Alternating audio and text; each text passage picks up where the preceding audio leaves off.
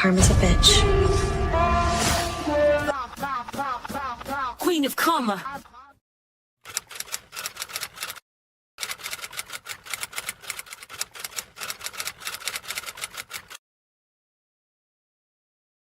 Ask me further, he's got a scheme, promising riches, but it's not what it seems. I'm passive, the name they claim, but beware they're playing a dangerous game. They'll tell you it's easy, just invest your cash, but deep down you know it's too good to last. A pyramid in disguise, they're building a lie.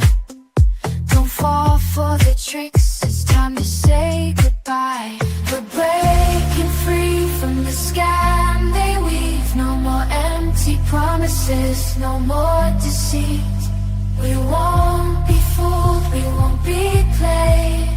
Ashmore scheme is starting to fade.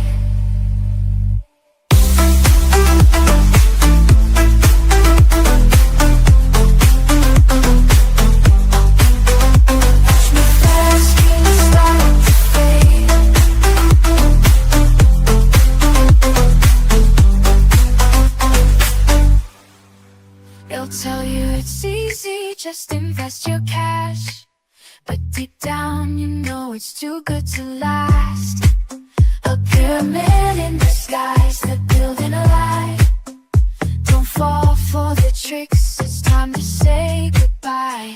We're breaking free from the scam they weave. No more empty promises, no more deceit.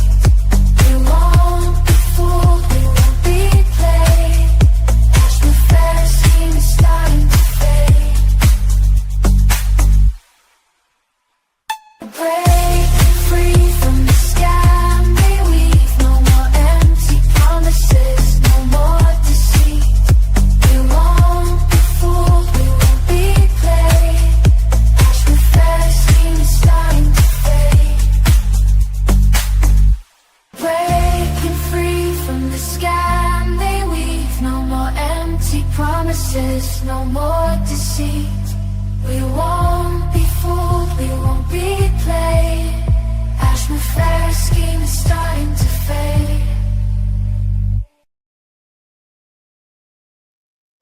Hello, everyone, and how are you all doing today? I hope that all of you are having a fabulous, amazing, fabulous hump day.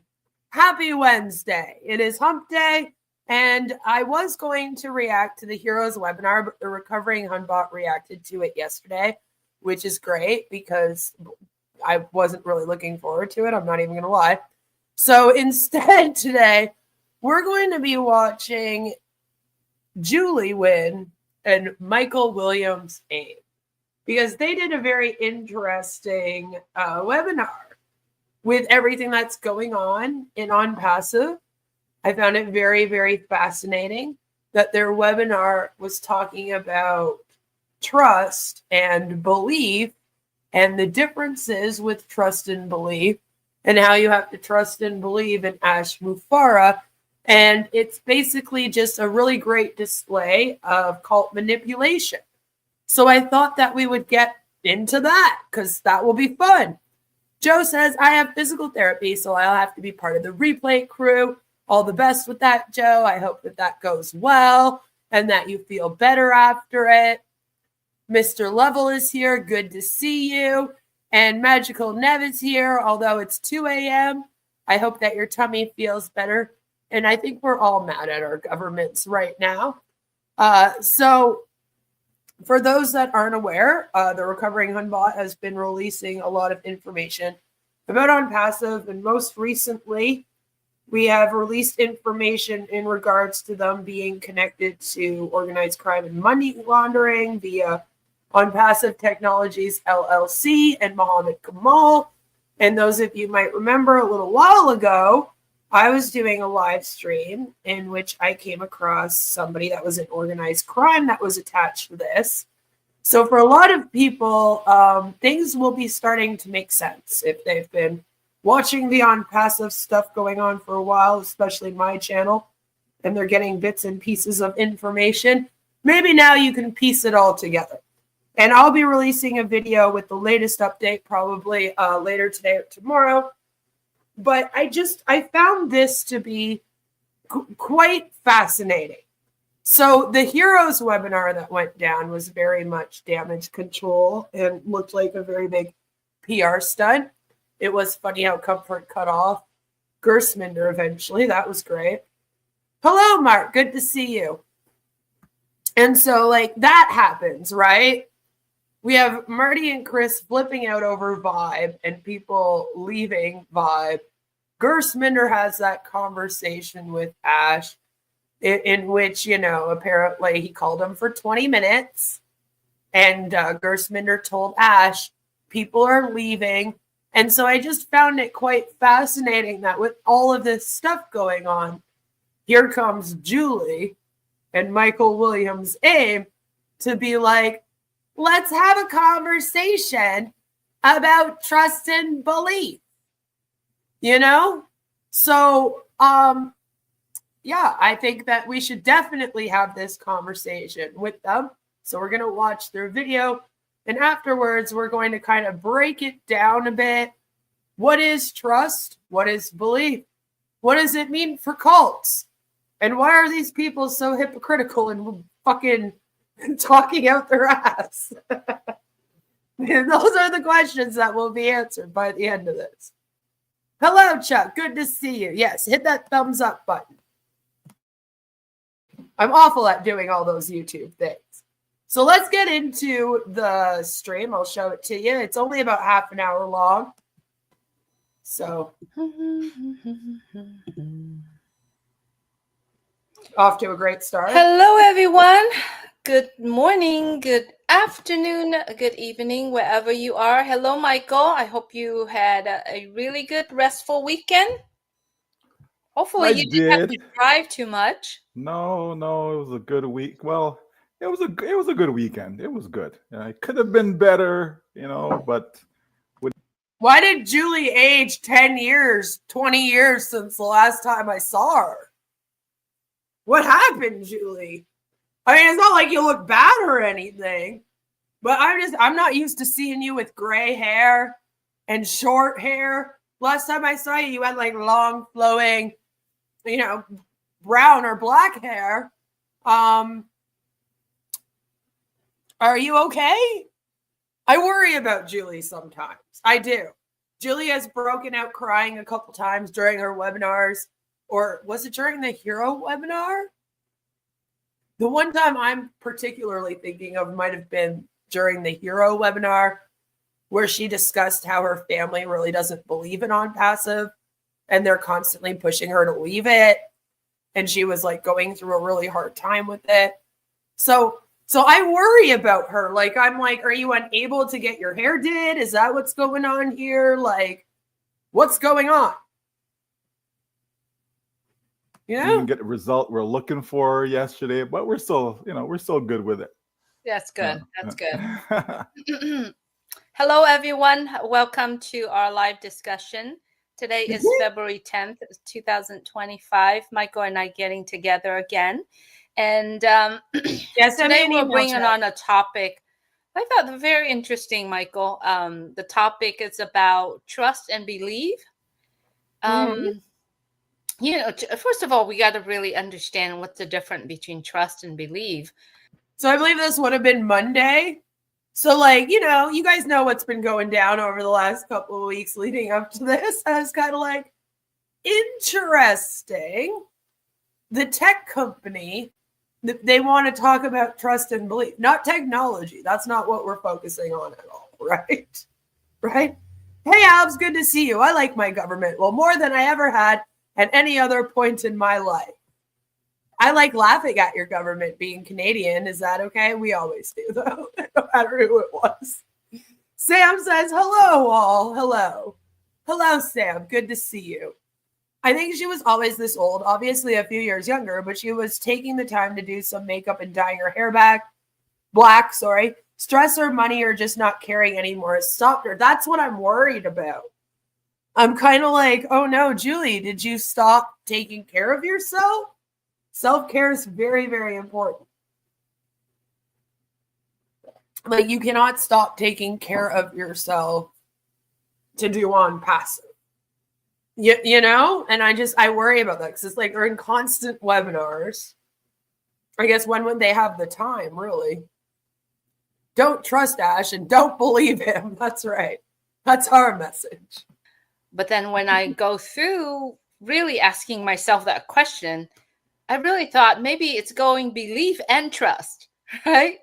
And so seriously, we should kind of go through the understanding of the Is Michael even listening to her? difference between those two. Yeah, why don't you start, Michael? Poor Julie's like over here trying to do an intro. That looks like Michael's just on his phone. He's trying to become an automatic internet millionaire, which is what AIM stands for. He's not a millionaire, so I don't know how he's the automatic internet millionaire. But he's like on his phone. She's like trying to, you know, like, because, okay, when you do a stream with someone, you got to kind of bounce off each other, right? It's like performing in theater. And if the other person isn't giving you anything, you're just kind of left to be like, okay, fill in the blank here. I'll just talk to myself for a minute, you know? And I feel like that's what we're watching. Julie's like doing this intro. She's like, so I was thinking about trust and belief. And then Michael's just on his phone. She's like, and then I thought trust and belief, right, Michael? He's just on the phone again. Like, Okay, certainly. Well, you know, when we think about life, right? I always say that in life, you always have to trust someone. Okay, it's impossible to go through. I say in life, if you're going to any of these people for advice, you've gone terribly, terribly wrong somewhere. You need to back up and figure out where you went wrong. Hello, Serene. Good to see you. Because I'm like, who's coming here for life advice from Michael Williams? Only the people in ONPASSIVE. Life and not have trust as part of your life, right? There's You no know, if you're in a car with someone, like, you have to trust that the person is going to do all the right things while they're there. You're going to trust that they're not going to fall asleep. Hey, go. You know, you're going to trust that they're not going to swerve over into the other lane of oncoming traffic, right? Like, trust is a big part of our life. You get onto a plane, you have to trust that the pilot knows what he or she is doing. You understand? And so on and so forth. Yes, headphones is like, they're not like us. They're not like us. They're not like us. Every aspect. You get into a relationship, you're going to have to trust that person that you're with, and you know, and all of that. You know, you have children, right? You have to trust your children that they're going to be making the right decisions in life, and there's all aspect, everything that you can think about in life. There's always that trust factor. Okay, What? you know, then you have believe, and of course you have belief, right? Well, yeah, believe is the verb of believe. What? You know, but what it really comes down to, Julie, you know, when we talk about, you know, believing in something, right? So, for example, business, right? Do you get involved in a business that you don't believe in, right? Like, Lots of people do. I mean, people go and get a job all the time. And they're like, well, I don't particularly like, you know, have you ever been at an interview and the interviewer is like, why do you want to work here? And you've had to like look up a bunch of information on the company because you know they're probably going to ask that question. And the answer that they want to hear is like, I really believe in what you're doing here at this company, and I want to be a part of that. I think I'd be a great asset to your team. But like, really, all you want to say is, because I need to pay my fucking bills, man. Like, hire me because I need to pay my bills. I don't give a fuck about the company. I just want a damn job. I need to pay bills. I think we've all at least had one interview like that, right? You know? But usually in a business interview setting, they're not like, well, you can only work for us if you fully believe in our CEO and our leader, you know? do you do that? Do you spend, you know, year after year after year supporting a business that you don't believe in, right? Do you take your time out, you know, to engage in conversations like this, to engage in other webinars and all these things if you don't believe in what you're saying, what you're doing, what you're participating in, right? To me, it just doesn't make sense, right? If you don't believe, then why do it? If you don't believe, why support, right? If you don't believe, why not just walk away? You understand? This is him scolding. All right? He's scolding the other OFounders who are going to listen to this. So all those things are very, very Hey, important aspects in everything that we do, Julie. Not just business, but as I said, in our day-to-day lives, right? When you send someone to, you have your child or your children, and you send them to school, right? You have to believe in the school system, right? That they're going to be taking care of your children, right? Not really. Here in Canada, you have to put your child in school. Otherwise, your child gets taken away from you. They have to go to school until they're at least 16 years old. School is not like it's completely mandatory here. You need it. So no, people don't always send their kids to school because they're like, I believe so heavily in our education system. It's like kids go to school. That's what they do. They have to go and learn. Yes, you have some parents out there that maybe for whatever reason they want to homeschool. All right, that's a thing. But they're usually also the ones that don't believe in the education system. But that's not the norm, right? And there is a social norm and there is a legal norm where if you don't do that, you will go to jail. All right, you'll be in trouble for neglecting your children if you don't send them to school. So I don't know if that's a good comparison. Things you have to do versus things that you believe in and can kind of make an option, not really on the same level. Alb says, where's the stuff that really applies to ONPASSIVE and what Ash and ONPASSIVE are doing? Stop being stupid, Michael Williams. Right? Oh, so that's the point. Please stay in the scale. Yes. Yeah. The whole past, well, I'd say since New Year's, but especially with Vibe popping up, it kind of really pushed them into this gear of, oh my God, people are leaving. They're going to join other things. They're jumping ship. And then we also have that crazy Hunba and Queen lady releasing information. What the hell's going on? So it's a lot of, please stay. Don't go anywhere. We have your best interest here. You believe in Ash, right? And then, of course, prove your loyalty, prove your loyalty, prove your loyalty, over and over again. That's the theme, I bet Mike doesn't know his children's names. He's on here too much. I don't know if Michael has children, actually. I try not to get too involved in their personal lives, I draw that line. You're going to believe in that daycare system that they're going to take care of your children. You're going to believe in whether you send them to church or the synagogue or where. Again, daycare, that's weird. Most people in daycare, they'll actually go daycare shopping. You can also go school shopping where you pick the best school for your kid, But daycare, again, it's kind of funny that he's comparing adults joining ONPASSIVE and believing in ONPASSIVE and Ash to parents looking for a daycare for their very young children when you think about it. The parallels are actually kind of funny. They have no brain to realize what indoctrination system and fool the masses to educate system trust. They don't know about all that. Wherever it is, right? You have to believe that people there, have their best interests at heart, right? So to me, you engage yourself in activities that you actually believe in.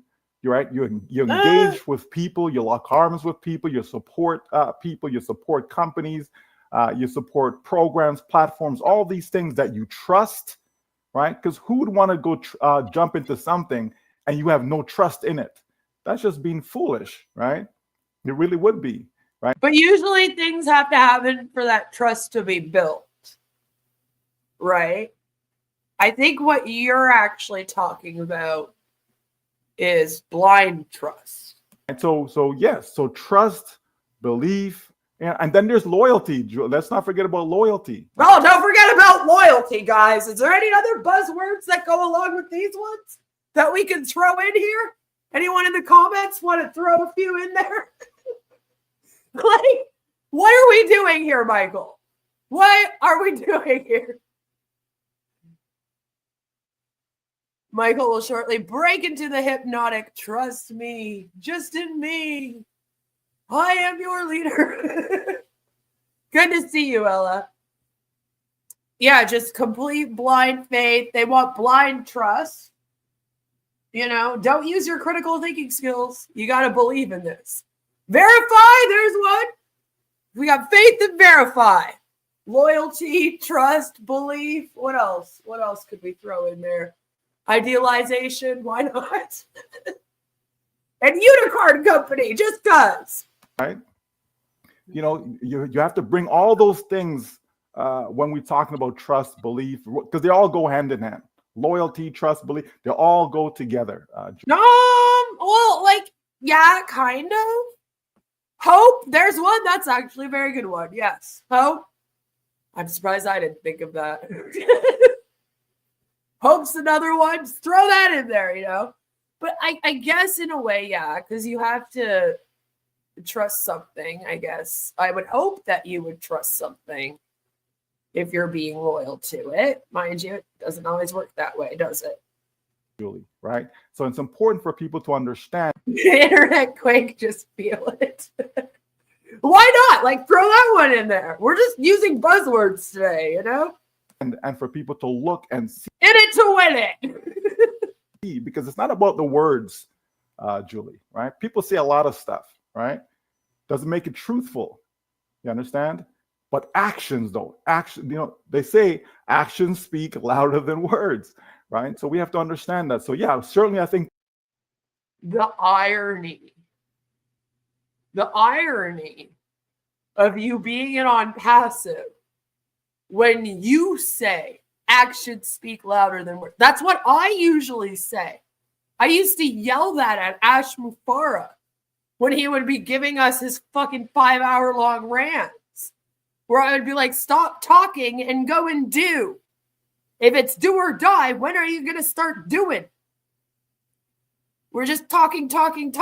Actions speak louder than words. You can tell me you're going to have things out as much as you want. But if you're not releasing the products out, those words mean nothing. And then here's Michael now going, actions speak louder than words, guys. In that case, they would have no trust in this or in Ash, right? today we're going to get into just talking about, you know, probably those three things, I would think, because they go hand in hand, right? So I send it back to you, Julie. No, I love the way how you put them, you know, those three important things together, because I believe that, you know, in any kind of relationship, professional, personal, you know, family relationship, you have to have. Well, the problem with MLMs is that there are no lines between those relationships, no boundaries, right? Your coworker is a part of your family, and now they're also your best friend, and they're your mentor. And that's part of the problem with it, right? There's a reason why the relationship between coworkers are different than the relationship between friends, or there's a reason why the relationship between friends is then different from that you have with like a romantic partner, right? Like these should all be separate relationships. And sure, you could be friends with a coworker, and you should probably be best friends with your romantic partner, by the way. Relationship will be a lot better if you are. But at the same time, like when it comes to a coworker relationship, it doesn't cross the boundary into family.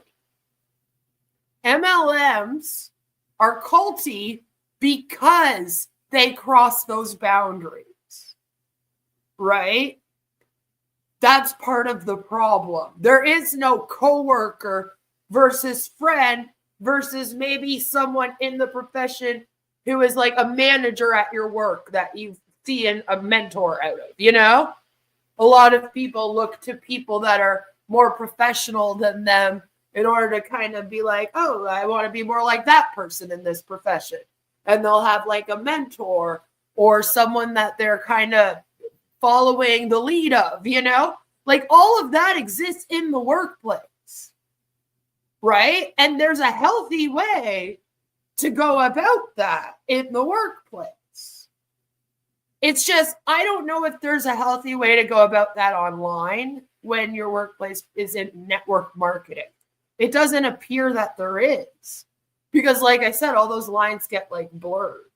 And then those people are all just your family, your friend, your coworker. They're all your mentors. And there is no division with any of that, you know? I feel like that's a very big part of the problem here. And that's how they get so culty in comparison to other businesses that maybe have similar, like they like to say, similar themes in their workplace, you know? Believe you have to have trust and you have to have loyalty. And then all of those things come together as the time goes by. I mean, all of this, what we mentioned right now, Michael, it takes time. It doesn't go out and say, hey, I trust you. I believe in you. It comes with time. It comes with action. And then trust, believe, protection, loyalty became. Whoa, where did protection come from? We didn't even think of that one. That one was out of nowhere. Now protection comes. Interesting. Protection. You're protecting that relationship. And I think it's really important where we are now in the relationship with the friends we made, in the relationship with the people we made. I mean, I have to borrow the words from the wise men. And again, in MLMs, customer is meant to become distributor. So there's not even a division or boundaries when it comes to that either, right? Upline, downline, doesn't matter. It's all just the same. It's all just a bunch of people in a family together in a pyramid scheme. John Maxwell, he said, you take 5 people that has the most influential on you, that you trust, that you believe, and soon you do the things that they do, you believe in what they do, and then you become just like them. And again, that's worrisome. It's okay to admire people. It's okay to even copy people a little bit. I'm a content creator. I'm going to break some news to all of you. Most content creators out here, they're just a group of friends and they're all copying each other. One covers something, then the other one covers the exact same thing, and the other one covers the exact same thing. Myself and the Recovering Hunbot have done that a few times, where we'll cover the exact same thing. A lot of copying. All right, we're all just copying each other out here. But again, in MLMs, it's a little bit deeper than that. It gets a little bit more culty. And you shouldn't want to copy someone to become them. No. You still have to be you. All right? See, MLMs are like, do personal development, but be exactly like this Hunbot over here that signed up 300 people in a month. You know what I mean? It's like, are you then doing personal development? Or are you just doing cult development? Because personal development is all about empowering yourself, right? Not just trying to be somebody else. And like, I like the message of choose 5 people to look up to, right? That's very good. Yes. Have some people in your life that you trust to go to for advice, that you look up to, that you can emulate off of. But your goal shouldn't be to be exactly carbon copies of those people. Right? You still got to take that and then make it your own and be you. Your goal should never be to be somebody else. Your goal should be to be your best version of you. You might need to emulate off of some other people you look up to in order to kind of discover who that is. And you should be, I've already done that, Julie. Like you're You're older than I am. You should have already gone through this phase in like your 20s and your 30s. By the time you're heading into your 40s, you should have a very good understanding of who you are, what you believe in, and etc. And if you don't, then okay, yeah, go find it. But it should be about finding yourself. All right? Discovering who you actually are. And then, being that person and the best version of that. Not just taking like 5 people you look up to and then merging those 5 people into a person. Because otherwise, what's going to happen is you're going to wake up one day, probably in your 50s or 60s, and you're going to be like, I have no clue who the fuck I am. I've just been trying to be this person and this person and this person instead of just being myself. You don't want that. So again, it's like MLMs take really great ideas like personal development, and then they blow them up and then make them all culty and make it more about cult development than personal development.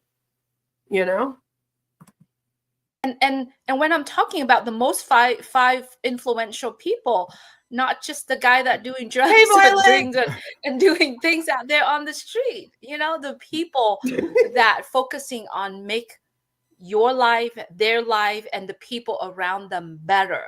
And so I want to add into that, Michael, trust, belief, loyalty, and protection all comes together. And I think if we have those in a relationship, protection and loyalty. All right. Don't worry. We'll talk about how to protect yourself. I think our relationship is strengthened every single day. And like I said earlier, it's time and actions coming into it, Michael. Absolutely, Julie. And, a lot of times, confusion steps in, right? Oh, confusion has set in, good sir. Confusion has really set in. Because I've spent the last 24 hours just watching all of the ONPASSIVE OFounders out here making videos saying that Gersminder gave them a new update from Ash Mufara himself. And no matter what, ONPASSIVE would launch within the next 6 months. I feel like that is pure confusion. Right? And people get confused. And people don't understand, the difference being disloyal versus being loyal. People don't understand the difference between trusting, versus not trusting. You're right, Michael. That's what the real problem is here.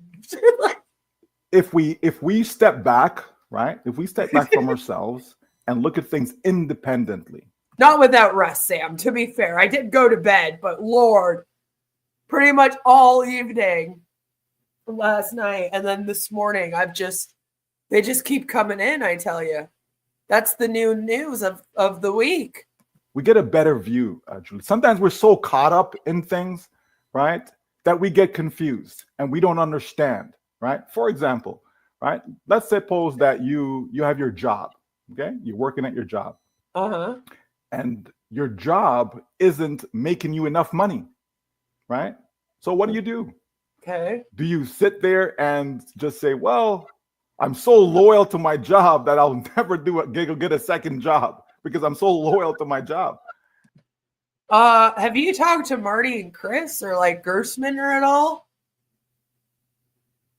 Because you're about to go on a rant that is going to completely contradict Marty and Chris's entire message all week on their channels.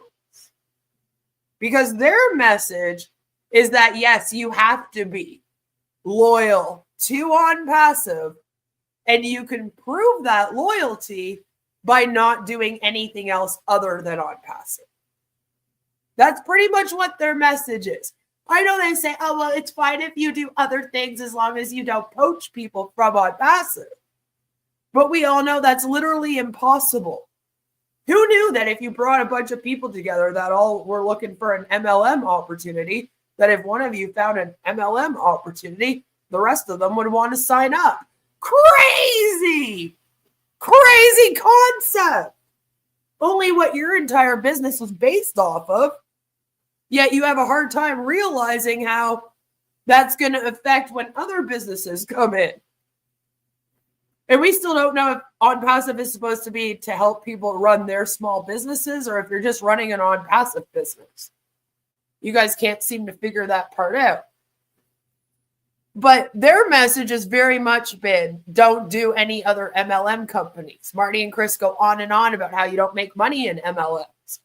And they claim that ONPASSIVE is not an MLM, so that's why you'll make money with them. But based on the definition of MLM, it's either an MLM or it's a pyramid scheme. There's no other option for this business. Based on the fact that it involves recruitment and the alleged sale of a product that isn't happening, which would then make it a pyramid scheme. So again, they might want to take a minute and really decide if they want to be MLM or not. But that's their message. Don't do anything else. Don't join other MLMs. 99% fail. Marty even made sure to say it again on the Heroes webinar Sunday night. So that's the message, right? And apparently Gersminder even told Ash people are joining other MLMs, and Ash said, tell them not to join anything. You know, well, we're right here. We're going to get it done. Blah, blah, blah. And then Michael Williams shows up to do this speech. And this is what I mean when I say that these OFounders just get pushed and pulled and pushed in different directions until they fall down the damn stairs. Because it's like, what if you watch this plus you watch Marty and Chris? Now you're literally getting two conflicting messages about this.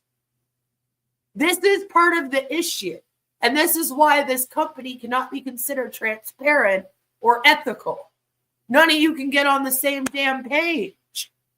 You should have had a meeting and decided if you were going to let people join other MLMs or not. Or like maybe Ash needs to send out another memo. We haven't heard from him in the back office since January 1st. Maybe it's about time. In fact, if he wanted people to stop worrying, he would have done that.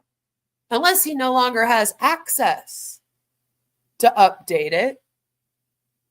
Right? But maybe we'll talk about that some other time. But come on, man. You should have at least had a meeting with the other people on this thing. Quit your job, leave your family for ONPASSIVE. That has actually been said before. Yep. Chris and Marty once told everyone they don't need a job. Job is just over broke, according to MLMers. And they've used that several times. But then Michael Ellis went back to work. Right? And because good old Michael Ellis went back to work. I'm Mike Ellis, by the way. You haven't been hearing that a job is just over broke anymore. Right? Now they don't really say that anymore. But they do say this is the only opportunity that you need and that you will not be successful anywhere else in your life. You are such a failure as an OFounder. Marty and Chris think that you're all a bunch of failures. You have no skills. You're all brainless drones. And that you need them and Ash Mufareh in order to be successful. I believe the opposite. I believe you'd probably be more successful if you didn't have all these people trying to tell you what to believe and do all the time, and if you just went and figured things out on your own. I believe in empowering people to do that on their own. I was a social worker for many years. That's basically what that job is. Empowering people to help themselves. It's all just a bunch of mind games therapists play to trick you into figuring things out on your own, maybe with a little bit of guidance from a professional. And then we trick you into empowering yourself and give you the skills necessary so that you can go and fix it on your own. We can't fix it for you. Right? Therapists don't fix things for people. Social workers don't take all your problems, sort them all out for you, and hand them back. That's not what it is. It's all about empowering you to do that on your own. And honestly, communities foster a lot more when you empower them to be independent thinkers and independent people. So, Michael here is about to contradict everything that Chris and Marty have been trying to hone in on founders for the last 3 weeks. And Red Redford is also talking about going back to get a job. Yes, he is. Right? So they're not going to say anything wrong with getting a job now all of a sudden. Gosh, Julie girl. A box of L'Oreal preference shouldn't cost you more than $15.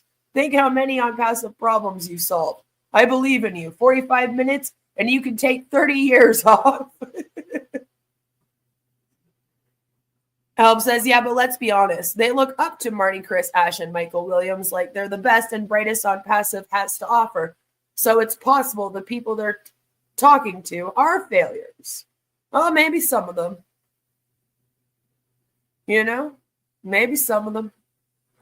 And then all of a sudden, because the money isn't enough, Julie, now you have to go declare bankruptcy because, the bank is coming to take your home, right? Your kids are kicked out of school because you can't pay the tuition because you're so loyal to your job, right? And you don't, wait a minute, I'm not making enough money. I need to go get a second job. I need to go do something else, right? There's a reason why people have a job and they're still looking for a business opportunity. There's a reason.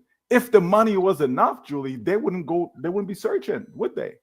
The same reason why a person has a job and they decide to switch that job, not all the time, but sometimes is because, they're not paying me enough, right, for me to live the lifestyle that I want to live. So therefore, I decide to change job and get a better one, a better paying job, right? How many people have done that over the years? And it's the same thing within business. You have folks who do multiple businesses, right? That is perfectly normal. It doesn't mean they love one versus the other, or it doesn't mean they've turned their back on one to go to the other, right? Every person's situation is different, Julie, right? And so we have to not get confused when we hear nonsense out there and people speaking things that they don't understand or don't even know, right? Or can't even comprehend other people's situation. For me, Julie, everything I do is always about how can I help enough people? Because I know that if I help enough people, Julie, I'm going to be fine. Oh, Lord. It's as simple as that. As opposed to being self-centered. Yeah, how can I help all of the people unless they write Marty and Chris asking for help? And then we're just not going to help them. Again, you guys put yourself in that position. So did Ash, where he said he was going to help everyone. He had $108 million, so they're probably like, why can't he help me? Centered, right? Being selfish and want people to stay in a dark place whereby everything is falling. Help says, so why did Michael Williams, automatic internet millionaire, join ONPASSIVE if he already had automatic internet millionaire? Was the aim not making him enough money? This guy really is next level stupid. Around them, right? And they're supposed to stay in that environment and not do something about it and let their life just fall apart. That's crazy. Like, who would actually do that, Julie? It makes no sense at all. Yeah. Who? You know what? Who would show up to an area like that, promise them that they were going to save them from all of their problems, and then just leave them waiting around for 6.5 years? That's fucking crazy, isn't it, Michael? Absolute fucking insanity. That's evil. Who would do such a thing to people? Ask yourself that, Michael. What kind of person goes seeking out vulnerable communities to promise them that they're going to fix everything for them just to leave them waiting around for 6.5 years for that solution? What kind of person does that, Michael? None whatsoever. So we have to realize Makes no sense, does it? that in life, every single person, whether it's you, Julie, whether it's me, whether it's John, whether it's Susie, whether it's Tom, whomever the person is, everyone's situation is different. And we have to do what's best for ourselves and for our family. But not because we go get a second job, Julie, doesn't mean that we're not loyal to that first employer, right? It doesn't mean that at all. If we have 5 jobs, I grew up and my mother worked 3 jobs, Julie, 3 of them. Why? Because one wasn't paying enough to do all the things that we wanted to do. It wasn't enough to take care of the family. So she went and got a second job. And then that still wasn't enough. So she got a 3rd job, right? Now she did all of that while she was also going, she went back to school. You understand me? To be able to come to the point where now, okay, now that I went back to school, now I can just do the one job because Man, she must be so upset. Such a hardworking woman that would do anything for her family, just for her son, to then decide that instead of working hard in his life, he would just log on the internet and scam everyone that he comes across. Lord, Michael. If she taught you a hardworking ethic, what the fuck are you doing here? Why are you shaming your mother like that? Educated or add on to my education, upgraded my education. So now I can go get one job that will take care of everything, right? Now that brings me to ONPASSIVE, right? That brings me to this company that we've been supporting for the past 6.5 years. Yeah. Why? Nobody's working hard here. Because you're going to say that they're going to make everybody millionaires so they'll never have to work again? Right?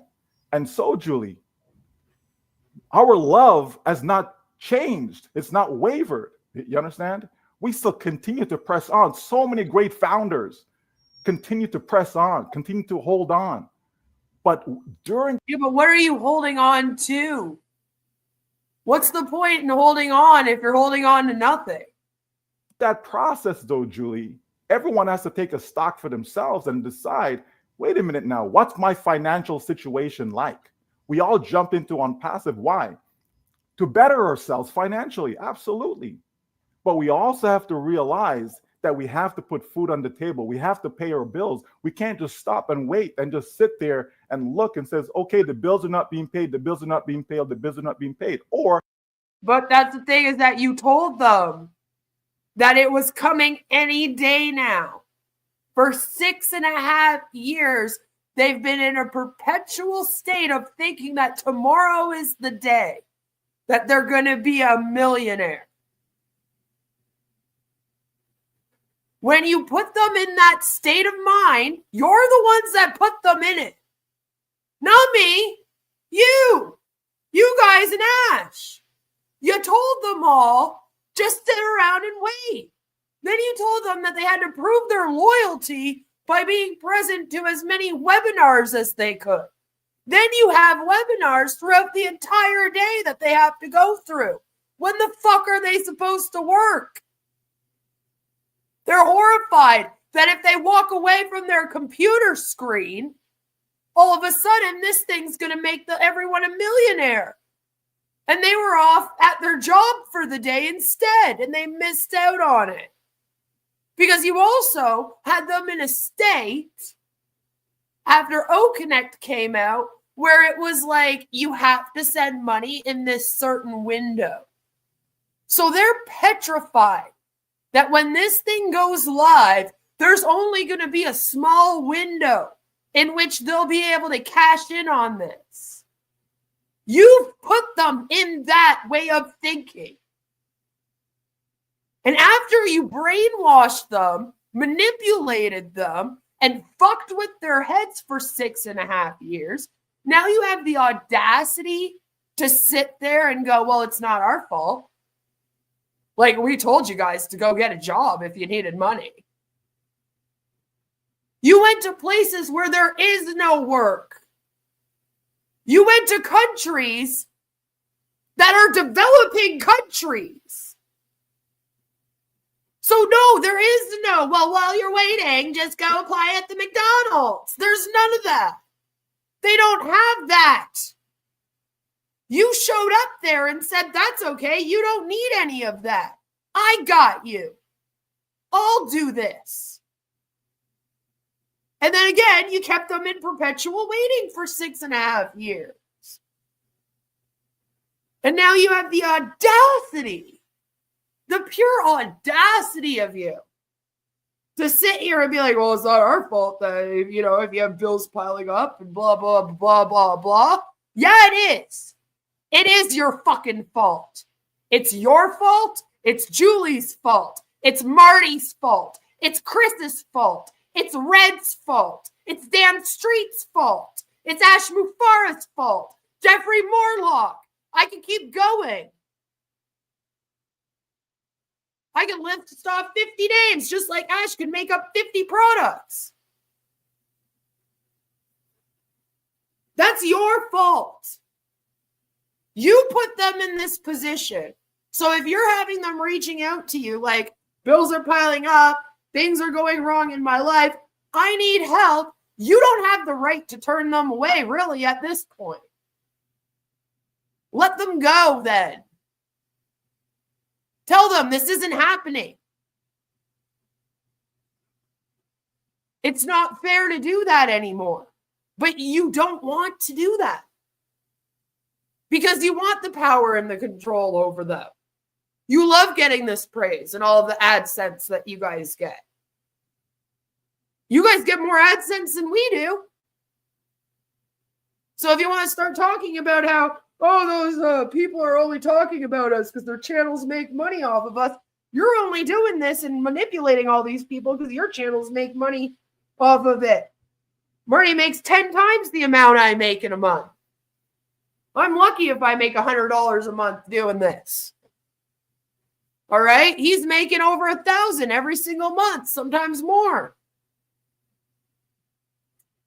This is your fault. So you can sit there and you can try to push off blame back to the OFounders. And yeah, should they wake up and realize that this is not going to happen and go and better their situation? Yes. But this is a cult. They've been groomed completely. Groomed. A term used to describe manipulation that involves coercive control tactics. So that every time that we talk about manipulation involving actual coercive control, we don't have to say manipulation involving coercive control. We shorten it to grooming. That's what that term means. And the cult has groomed everyone to just sit around and wait. Because it'll be any day now. Any day. And you might miss your window if you leave your computer screen, right? And it's your fault. That's on you. If you didn't want the responsibility of it, you shouldn't have put yourself in a position of power in the cult. Maybe you shouldn't have been a leadership council member. That's your fault. Why'd you want to do that then? If you didn't want the responsibility attached. That's the funny thing about this. All of you want the money. You all want the praise. But you don't want any of the actual responsibility attached that comes with all of this. You bitch about it. So you're lazy. Violet says, automatic internet moron. Exactly. I won't pay ya, no way. Hey, now why don't you get a job? Bringing out the offspring. Good morning, Crypto. How you doing, Danny? What was that African country Marty did a while ago? So everyone. I swear to God, his goal is to do an illegal income claim in every single African country across the world and all the other countries too. People can barely afford bread and eggs, but he wants them to buy into ONPASSIVE. Sick. Exactly. And most of the places that they've preyed on that have large teams are places like that. And Ash promised them data centers and water filtration systems. They went to places that do not have access to running water. Okay? They don't have access to the internet. But they managed to manipulate these people into buying into this for $97 USD, which is over 3 months' wages where they are. And then when people are like, hey, I bought into it for that. No, like, I need money. I'm in debt. Help me out. They go, well, it was only $97. It's only $97. And it's like, hey, but you went seeking those people. You searched people like that out. Different type of evil from every other MLM. They specifically preyed on people like that so that they could promise them that they would help those situations and dangle it over their head for 6.5 years, telling them that they just have to keep proving their loyalty and have blind faith, and then they'll get their water filtration systems and he'll stop the war in their countries and etc. And it's disgusting. There's something extremely evil about doing that. And he knew what he was doing. He knew he wasn't, he knows he doesn't have 50 products done. You know what I mean? Like, he knows what he's doing. It was a choice. It was a planned thing to prey on these countries. Because he knew he would have an easier time promising them he would save their humanity. And as I've said in the past, a lot of these developing countries look at the USA like it's the best place to live. They see it as a country where everyone has lots of money. Okay? Because in comparison, that's what it looks like. All right, living in a tiny apartment in housing looks like you're a millionaire to the people that they have preyed on. Right? You have to look at it from their point of view. And you have to kind of understand how the world views the USA as a country and, the American dream. That's what they're selling. MLMs sell the American dream. One of my first deep dives I ever did on YouTube was called that. It was called Selling the American Dream. And when you consider all those things, it kind of makes sense as to why people in these countries are texting Marty and Chris asking for help. Because to them, Marty and Chris are millionaires. Even though one's on disability and one has a pension, they don't have that. Right? So to them, it's like, well, you're all rich people that told me to join this thing and said you would help me, and now you're not helping me when I write you and I need help, It's insane. It's insane. Hello, John. Good to see you. And we know that while people were waiting on commissions, the authorities had already frozen ONPASSIVE bank accounts. The founders should be raging about that news. Exactly. Exactly. They're having issues with the merchant. He was like, yeah, if you want, put a big security deposit on it. And then they were like, oh okay. And then they couldn't because everything was frozen.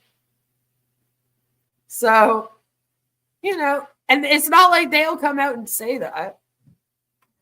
Ashes are going to show up and be like, so ONPASSIVE Technologies LLC and Mom and Kamal got charged with money laundering and the account got frozen. And that's where you guys all paid for OConnect to, and that's who handles the commissions. They're probably really fucking upset about that. I'm jealous, Violet. I'm jealous. Have a good one, Mark. Thanks for stopping by. Blind faith, common strategy, and they know that no one is going to go after them for such a little bit of money, but the other end of the scam, someone's making huge money. That's right, but what they don't consider is that it is a lot of money to these people. It's not a lot of money, $97 to the US, but to a lot of these other countries that they preyed on, that's 3 months worth of wages.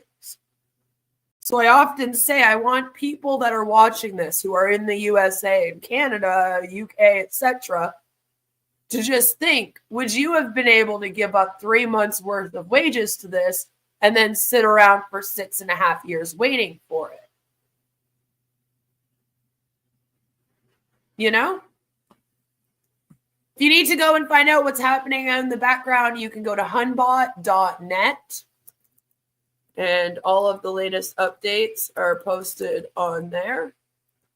I'll put a link in the chat for you. And you should be able to translate it to your language if you are not an English speaker. There is a way to translate the web page into your language. So you can go read all those articles, and that will tell you what's going on. In African countries, which ONPASSIVE claims on the group's proud post, see the only one laptop in the whole entire community. I know homeless veterans on the streets and woods, no dime at all. Yeah, that we've seen, like in PNG, for example. In PNG, one of the communities that they preyed on, there's about 10 of them that all share one laptop.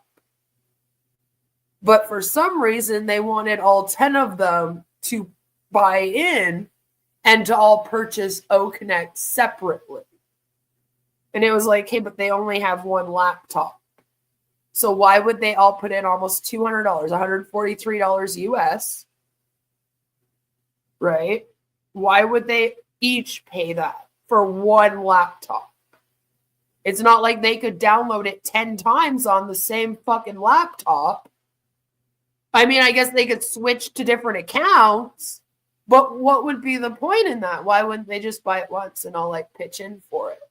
Especially since it's so expensive to them, you know? But there you go. That shows they weren't actually thinking of their best interest, even when it came to how it would help them most and how they would be able to figure it all out, you know?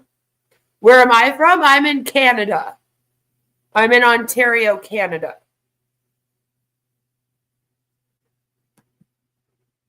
But I am a Canadian. The recovering Hunba is in the US of A. I have so many laptops, I have to buy family licenses for my software. I'm using up my resources. I'm using up my resources. I'm using up my resources. You understand me? When do you then say, well, you know what? Oh boy, I better go get a job. And so we've seen so many founders gone back to get a job. We've seen so many founders gone back and start another business. We've seen so many founders do what they need to do. Not that they've turned Canada, the soon to be the 51st state. No. turned their backs, or not that they've jumped ship. That's not happening, and neither are the tariffs. Or not that they've walked away, but while they're waiting, Julie, while they're blindly are saying these things. I've been investigating the ONPASSIVE business since 2022. I have spoken to people that have actually been employed at the India office as well as employed at the Dubai office. I have spoken to people who have left as OFounders. I'm very, very good at finding information and researching people. Nobody says anything blindly of the naysayers group. There's proof for everything, including the SEC litigation for $108 million that he's getting sued for. And I still get accused of lying about that, even though you could literally go to the SEC website and read it. Like, it's like, here's the court document. Let's read it together And people are still like, Quinn like made up that the SEC is suing this company. I'm like, how did I go and hack into the SEC website and write the whole article? And then I hacked the USA justice system fucking site? Like, no, you know? Nothing is said. We do not share any information unless we get proof. And by proof, I mean something in writing. I can assure you that if the recovering Hunbot or myself make a statement about this company, we have actual proof in our hand. I've never once in my life lied on this platform. I've always had proof of everything that I have said. I maybe have not been able to share that proof in the moment because I protect my sources. Some things can't be released. We're talking about people leaving a cult that is connected to organized crime. Myself and the recovering Hunbot ask that people try to remember that. Okay, this isn't just like expose people on the internet. It's actually kind of a serious situation. There are things that have to be protected because they're being talked about in courts. There are things that have to be protected because the people that know the information could be caught and found out if we release the information or show you the evidence right now. Right? There's certain things and certain people that have to be protected. But I can assure you that even the recovering Hunbot, if she puts it on her website and says this is happening, I promise you she is saying that because she has actual evidence in her hand.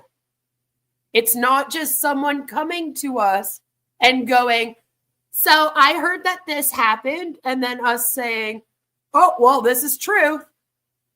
People have come into my chat before and said, hey, blah, blah, blah, blah, blah, blah. And what's the first thing I say?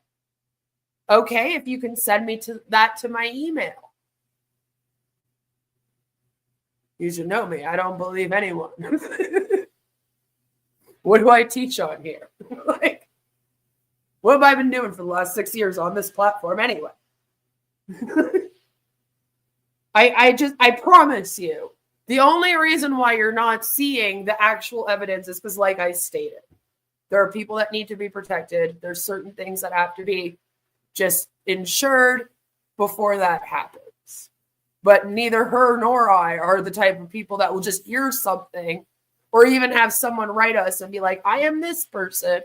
And then we take that as 100% fact. No. We then have to go check other sources, check in with other people, look up documents, have people send documents. All of that has for sure been going on. It's just like I said, and like she keeps saying, it's hard to kind of always have the evidence to be like, here you go. But there are moves being made so that it can happen. It's just also with some other things going on, we need to sit on some things. I have things I'm sitting on. She probably has more she's sitting on. Just because it's like, if I release this right now, that could actually fuck this up. Right? Everything is very calculated for the release of evidence and exposing. Always protect sources as well. That's the number one rule in reporting on anything. And especially when you're dealing with other countries and when you're dealing with severe things like money laundering, organized crime, and etc.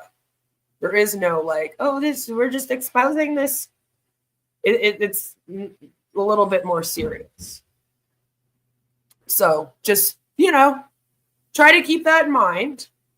A lot of people seem to think like, Oh, well, they're just talking about an MLM company. All the other anti-MLM creators, they just like out everything and blah, blah, blah.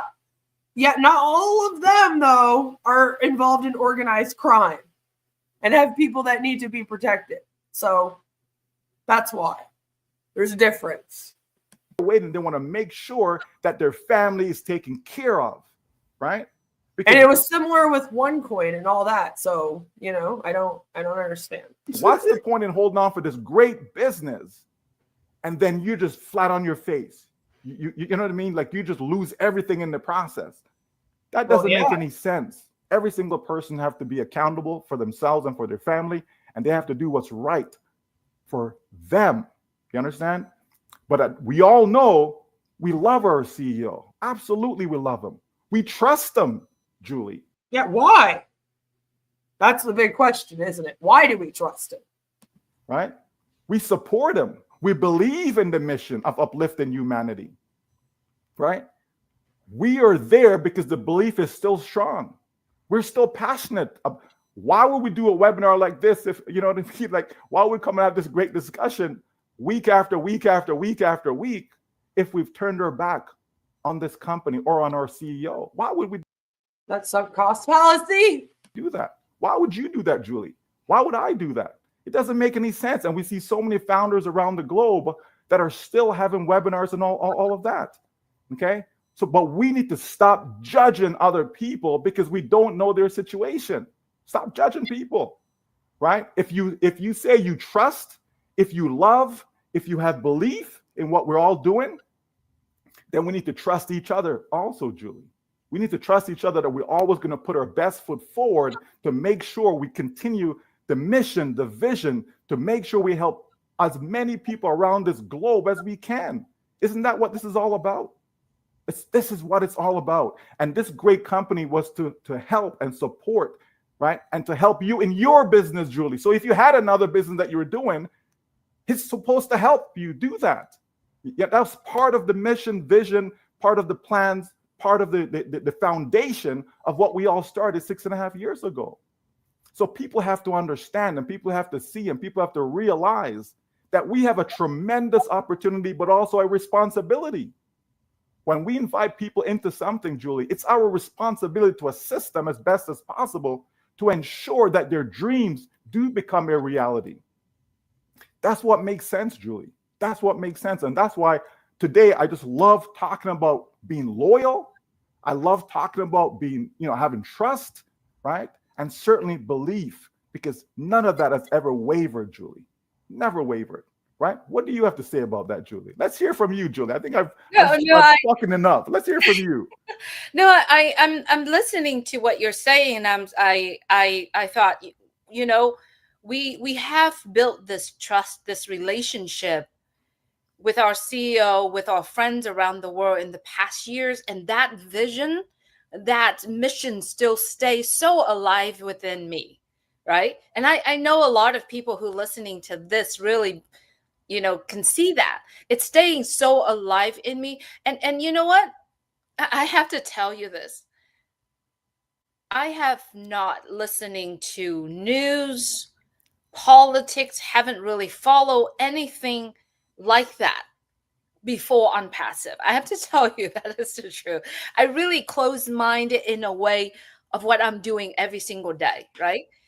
And throughout the past 6 years, I've learned so much. It's opened my eyes out.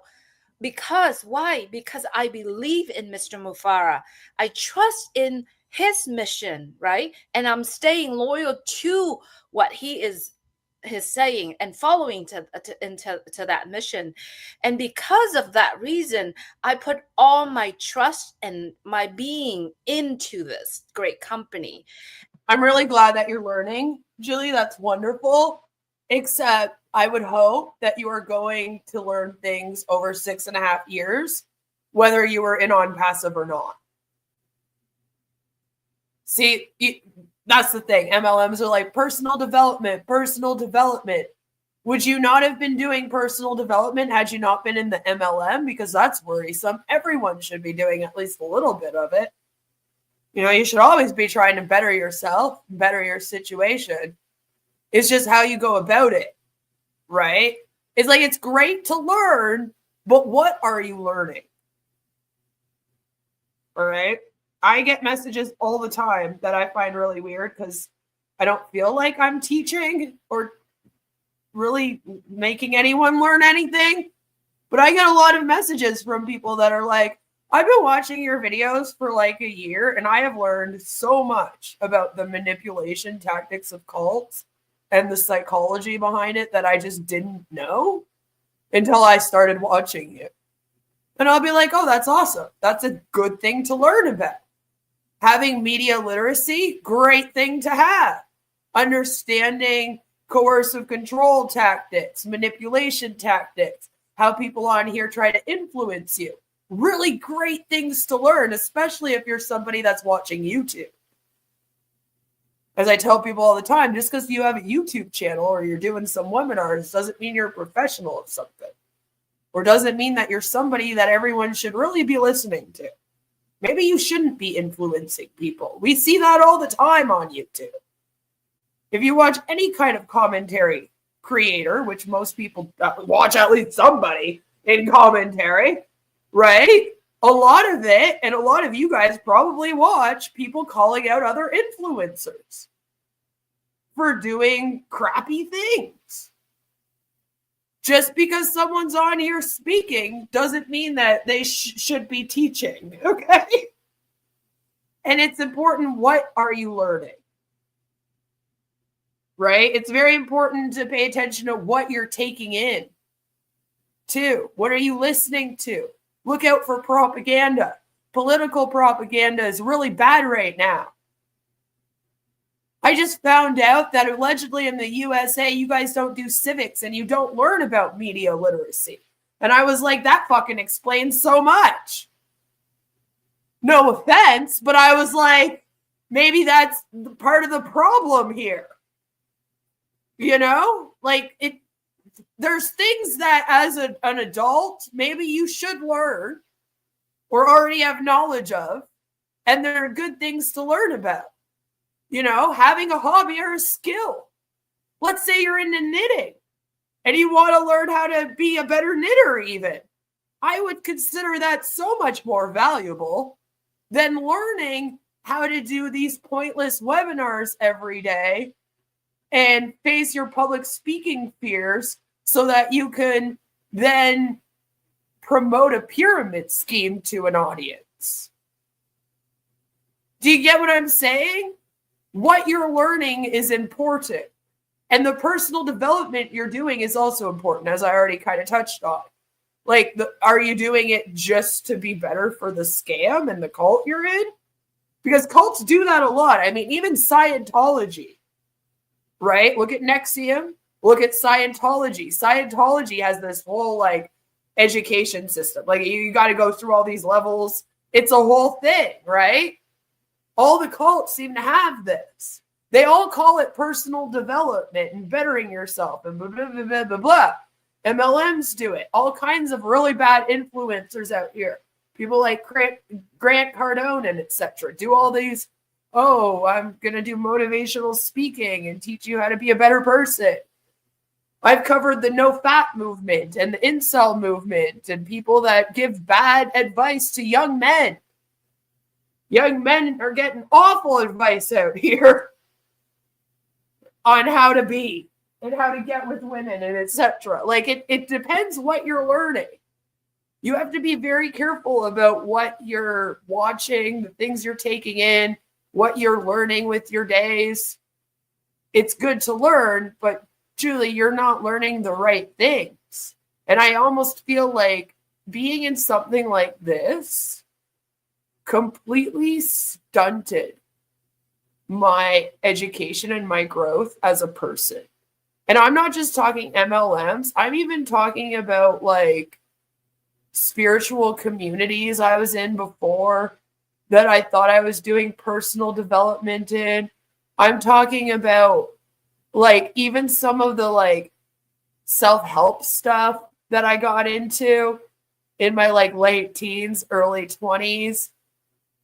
Like I'm reading a really great book right now. Hold on, I'm going to grab it like right here. It's called Sure, I'll Join Your Cult. Okay? It's called Sure, I'll Join Your Cult, and it's by Maria Bamford. All right? I'm reading it. I have been. I'm probably going to read it a few times. And it's kind of a hard read. I'm not going to lie. She wrote it how she talks and thinks. She's not a writer. But I'm just as neurodivergent as she might be. So I'm getting it. But I couldn't help but notice that she and I had very similar themes in our lives.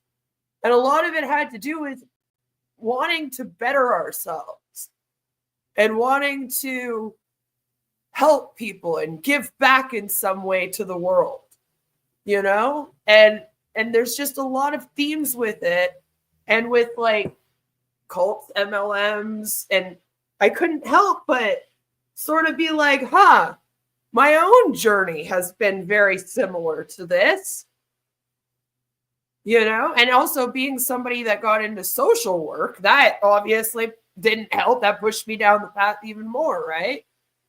And so it's interesting for me to kind of look back on my own life still, speaking out about these things for 6.5 years, and I'm still learning things about my own journey. Okay? And it's like, I look back and I'm like, interesting themes here. Interesting that I have very similar ones, and I can completely relate to this book and everything that she says. And I come from a family of social work. So, you know, it was kind of like just who my family was too. And I come from a family of religion. So there's themes with that as well, which is probably how I became atheist, was through going through a journey of unbrainwashing myself and almost deprogramming myself. And I'm kind of still going through it, like I just said. That's what this channel is. I'm not here to say I've made it out completely on the other side and I'm now some kind of like expert or professional and I'm here to teach you about it. I don't want to give off that impression at all. But I am here to be like, this is what these things do. This is what they are. This is what the experts say about it. This is my personal experience. Let's all go on a journey together of figuring out how this happens to people. How do people get here to the point where they're in these cults or they're in these commercial cults and they're stuck in them? And why does society seem to accept this so much? What is going on? You know, that's basically what my channel is. And I just feel like ONPASSIVE has been an amazing example of that. Because ONPASSIVE has kind of been happening in real time, right before our eyes, from the start. I mean, yeah, we got into it a couple years late, mainly because we just started our channels in 2019 and it started 2018. So sorry about that, guys. But you know, over the past few years, it's been very fascinating to watch this form, have it be both a commercial cult and a cult of personality, have it kind of turn into a cult of personality from a commercial cult. Some might argue maybe it wasn't there at the beginning quite yet, but we definitely have seen it turn into that. And it's been almost like a little case study in, you know, how does this happen? What are some of the themes that we see in these webinars that kind of explain like what's going on here? And it's been especially fascinating due to the fact that Ash is not your typical cult leader. And so it's not only a case study of a normal, like, hey, we're going to watch a cult form. It's two different kinds of cults, which is great. So let's take a look at it and really talk about it and dissect it all together and be like, what are we looking at here? Maybe we can all learn something from it. I learned something every day doing this myself. And it's also been like kind of a weird case study in like, how does somebody that does not have the usual traits that you might think a normal narcissistic like cult leader would have, yet they still manage to somehow fall into this in a weird way? Because I don't know if Ash Mufara was like, I'm going to start a cult. I don't know if that was his plan. I can't really decide that. I don't know if I'll ever be able to answer that question. He might never tell us, you know? And unless he really says, I don't know if I can ever answer that question. I don't have all the answers. All right? But at the same time, isn't it fascinating to just kind of be like, this isn't what I would expect, yet here we still are. And it poses an interesting question, because oftentimes when we're talking about cults, the number one thing we talk about is this charismatic leader. Authoritarian leader is usually the term used, right? The authoritarian part's kind of important. I should probably include it. And it's just fascinating that, again, when you see Ash Mufara, right, those of us over here are like, whoa, that's no Charles Manson or L. Ron Hubbard or Applewhite, like Marshall Applewhite. Like, you know, like I could go on. Because when they're speaking or when they were doing their thing and serenading women or whatever they were doing, their cult stuff, right? Most of the time, if you've watched documentaries on these things, I'm sure you've thought to yourself, I could kind of see how that person got women's attention. I could see they're well-spoken, so I can understand how people were maybe listening, how they got a crowd's attention and got them to believe, and etc. Right? There's traits that they tend to have, and that even the professionals will list when discussing this or looking into this and researching it. And we do go over actual research on my channel quite often of them telling us what they find and different studies and stuff. But, you know, there's certain things that they describe, traits and its skills and etc., personality traits, if you will, and skills and whatnot that cult leaders tend to have. And most people don't believe that Ash has these traits. And it makes you wonder, so then how much of the cult membership actually does depend on the leader? Because we seem to put a lot on the leader, you know? Like most of the time it's like, it's the leader. Like they're following him because they think he's great, you know? But obviously there's a lot more to it than that. And maybe we need to focus on a lot of that a lot more. Because obviously you apparently don't even need to have a leader that, you know, that has these traits. So it's kind of like an interesting sort of thing. It's Julie, we learned stuff like that over here. All right. I don't just put ONPASSIVE on and go, ha ha ha, look at these people in a cult. You know, that's not what we're doing. Although, yeah, I do try to have fun and I try to make it entertaining, you know, and I do react and whatnot to what you're saying and do commentary on it. That's not all we're doing here. And I do feel like myself and my community are learning things as we go along, especially since, like I said, this is kind of like a different case than any other one. You know, this whole like the cult leader not being what you're used to is kind of a new thing. And ONPASSIVE is not necessarily the only one. I'm sure there's a few cults that probably newer ones where it's like, who the fuck is this guy? Or who the hell is this lady? Like, you know, Mother God, I personally used to also watch her and be like, this is another one I don't get. Who's following this lady? You know, like she'd be like drunk yelling on live streams. It was like, how do you follow that? You know?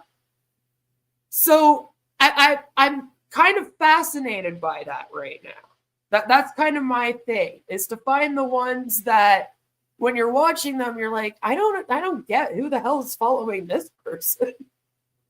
But for some reason, all the same fault themes are all there. And all the same manipulation happens. Why? Why does it still all happen? If it's not because of the leader, what is it? And that's kind of the journey I'm on right now. That's what we're doing here. And that's what we're trying to learn here right now. Right?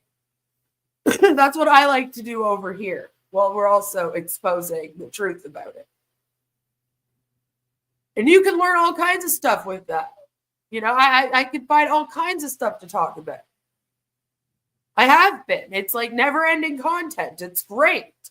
But it's useful because it also helps you in your real life. Because like I said, you're going to find yourself becoming more careful about the kind of things you take in. You're not going to get manipulated as easily.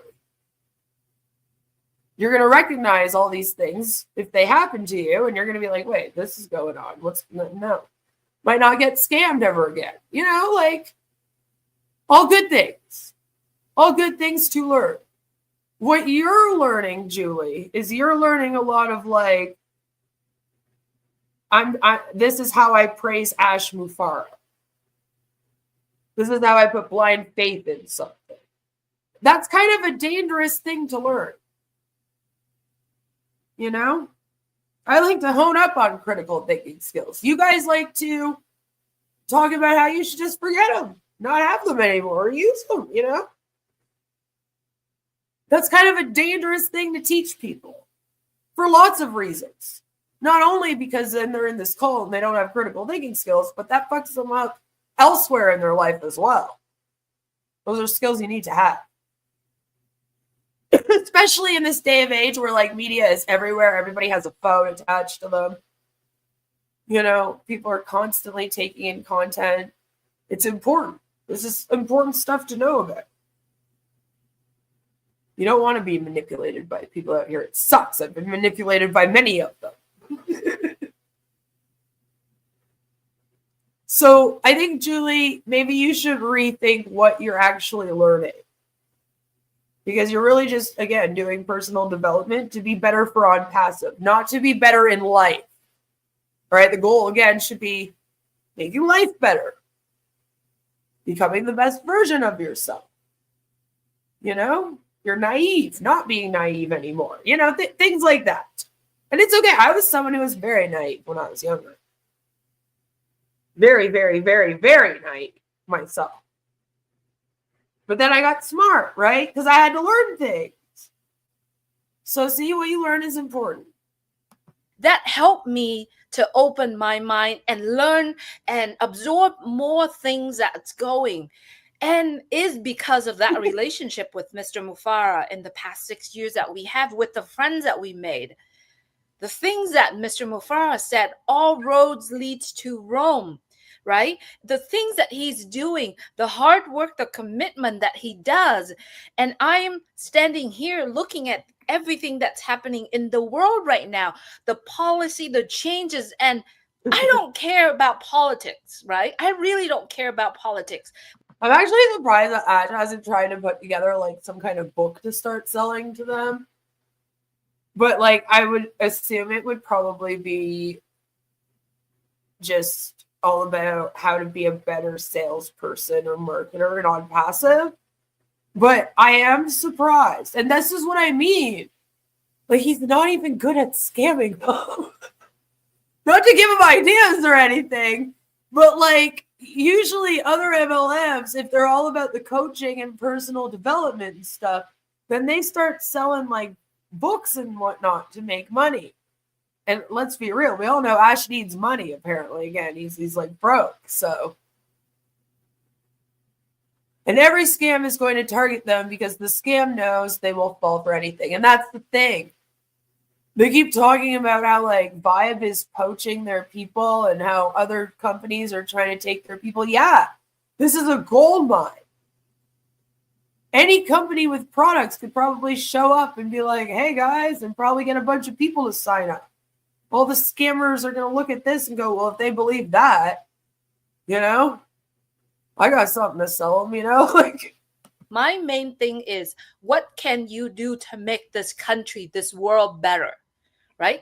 And I see the things that changes right now lead to the well-being of humanity, not only in the US, but in the whole world itself. And it's so aligned with what Mr. Mufara has been saying in the past years. And Lord. I, not only that, because I so much trust and love what he's doing, it helped me seeing the decisions that is made behind the scene, the things that is happening. It actually helped me to actually zoom out a little further to see that vision that vision going alive. Zoom out like she's a camera. Like every single day closer to me. And so, Michael, it comes from belief, because we are listening to the audios, we have faith in what he's doing, and the actions that's been listening to the audios, indoctrinating yourselves. Got it. Taking in the past years, that helping me building that trust between, you know, all of us together, the whole company, our CEO, and then it come to staying loyal to. Like we laugh at the Bill Musk Productions, but like you guys get that that's actual cult propaganda, right? I just, you know, I cover it as cult propaganda every Friday.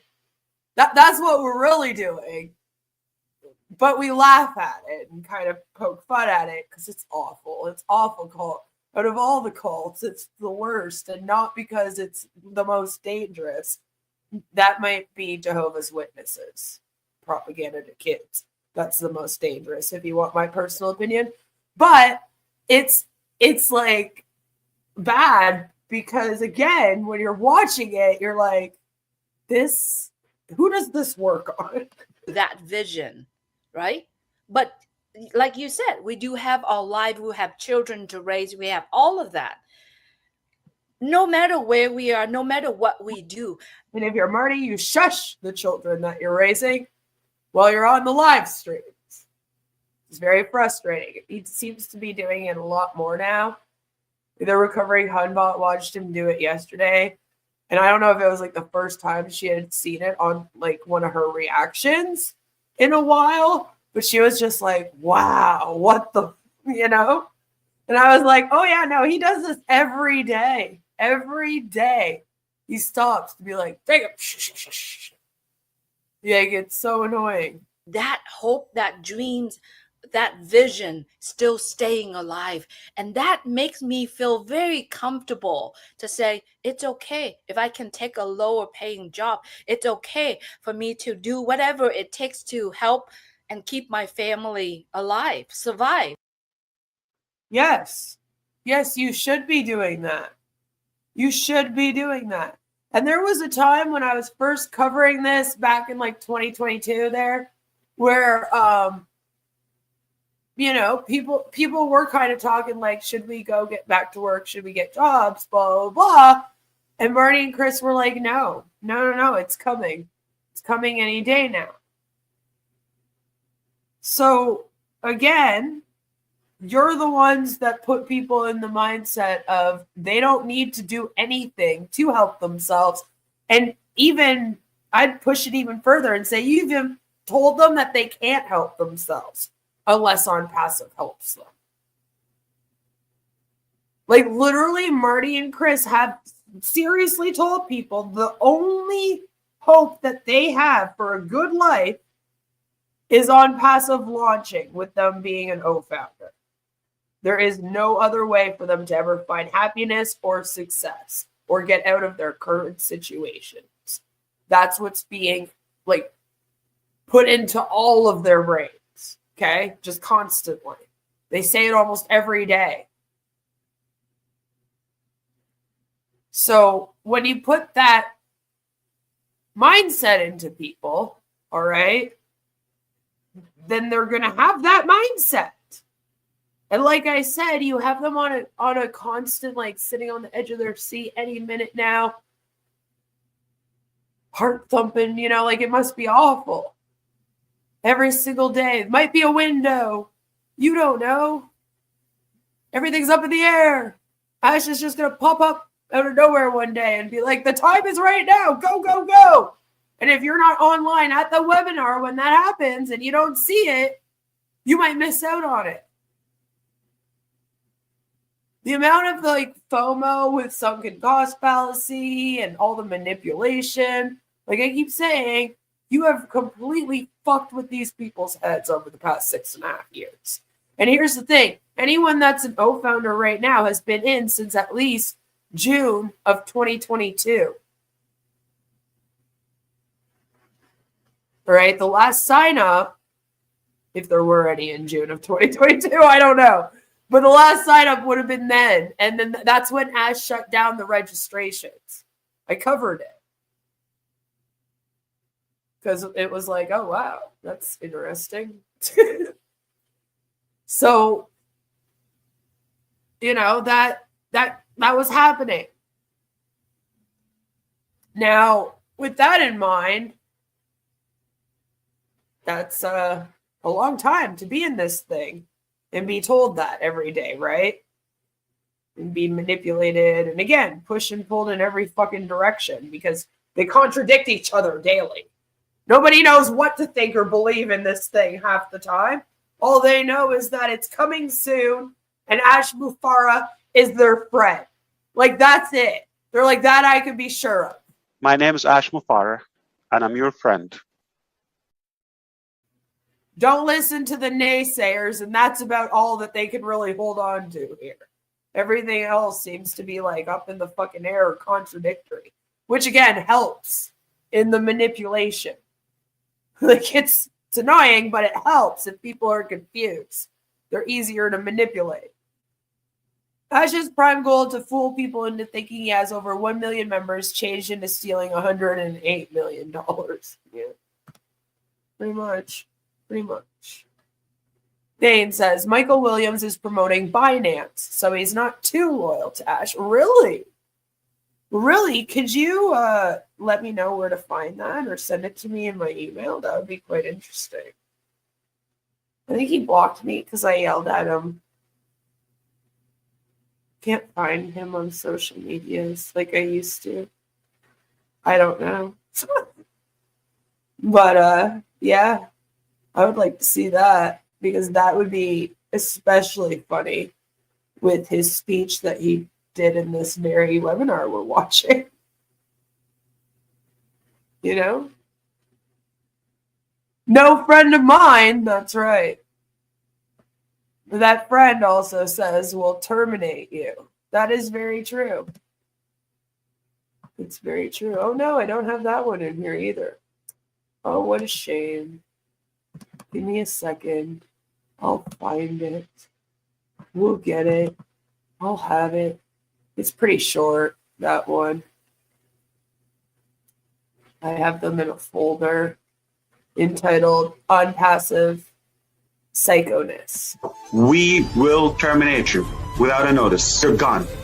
No joke. We will terminate you without a notice.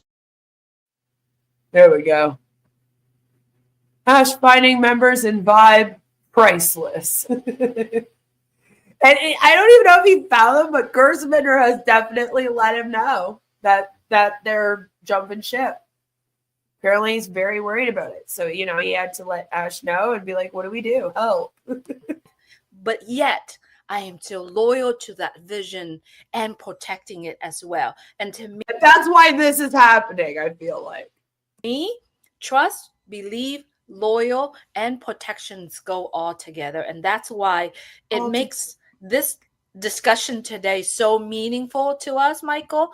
And very good topic. I'm proud of us. Well, I mean, ultimately, it's about people's. Like, you want me to make a song out of it?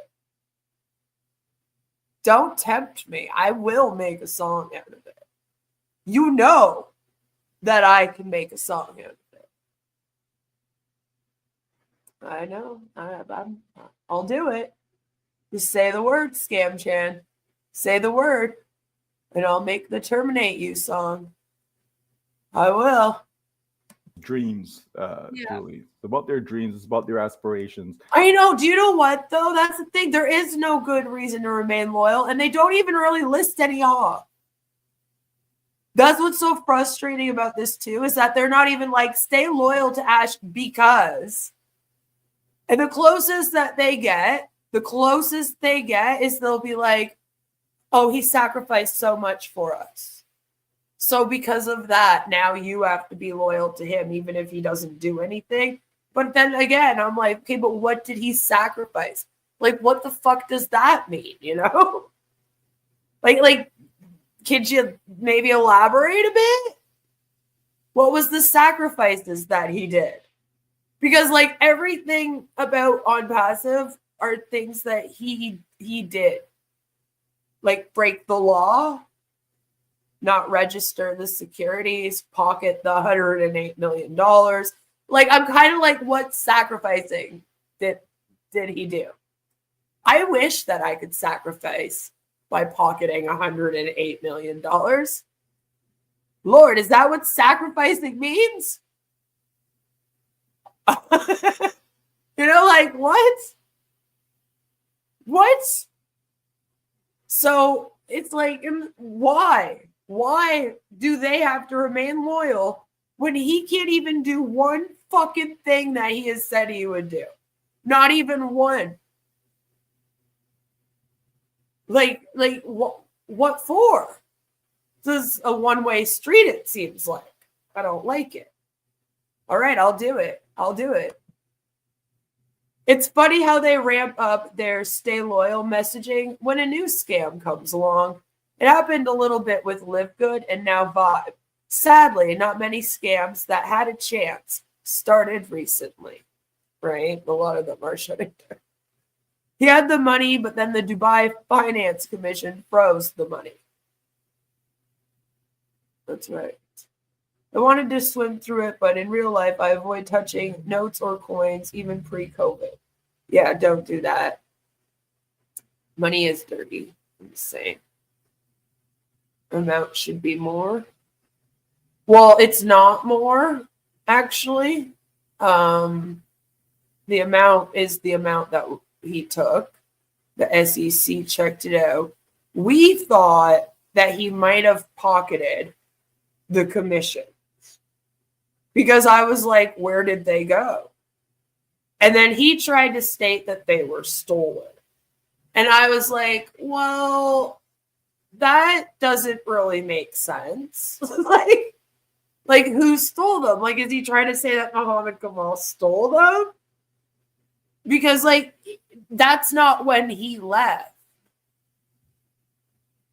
So, like, what do you mean? He like what? He took all the commissions, put them in a bank account, worked with you for like almost another year after that, and then took off with them?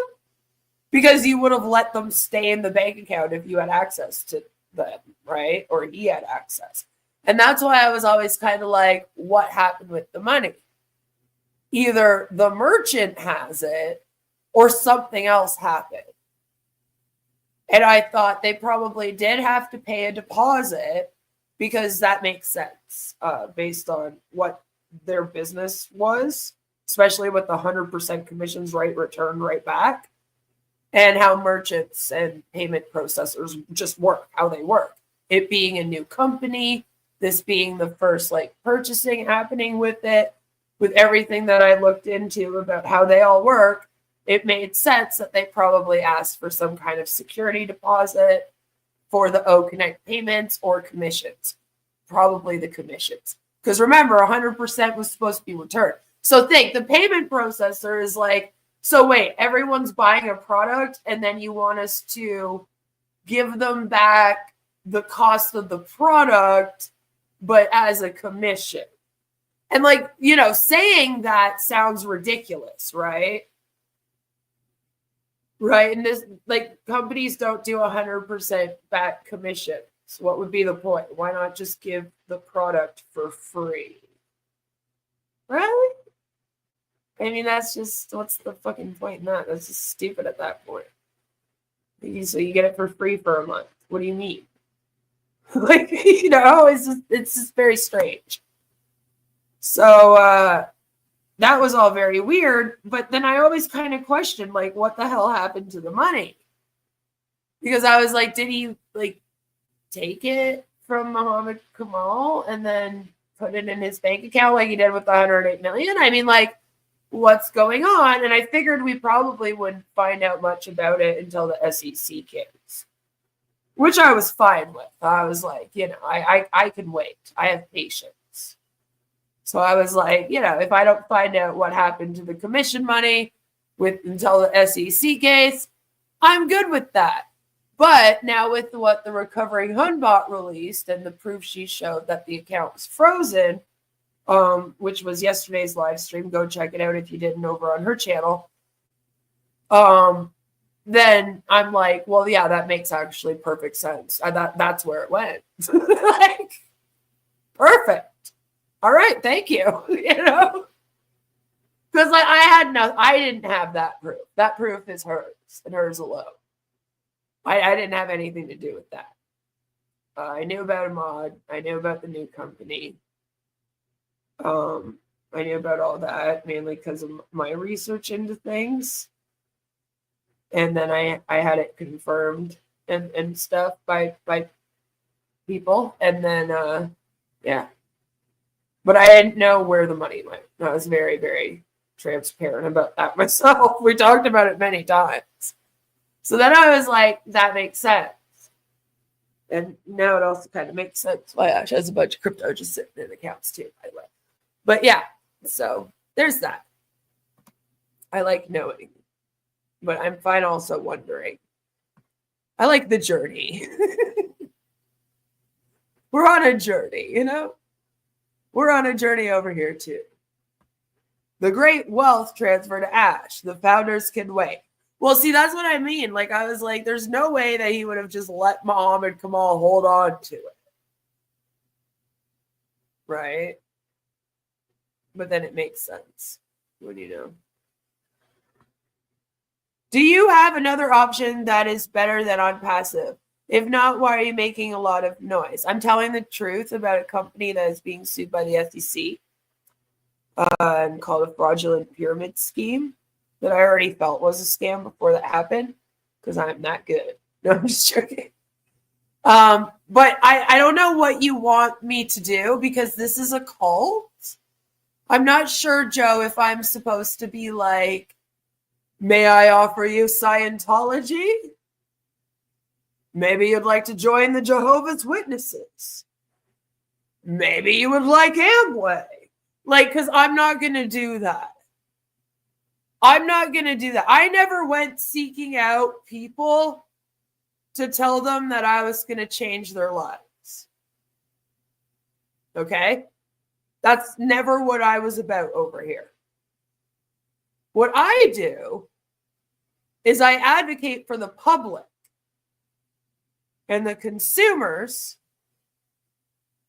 okay, against pyramid schemes, multi-level marketing schemes, and I speak out about cults and things that have these manipulation tactics, and we dive into them.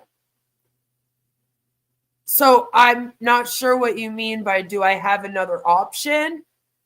Like whenever someone says that to me, or like Chris and Johnson and Marty DeGarmo claim that they're not even offering you guys something else. I'm always like, what am I supposed to be offering them?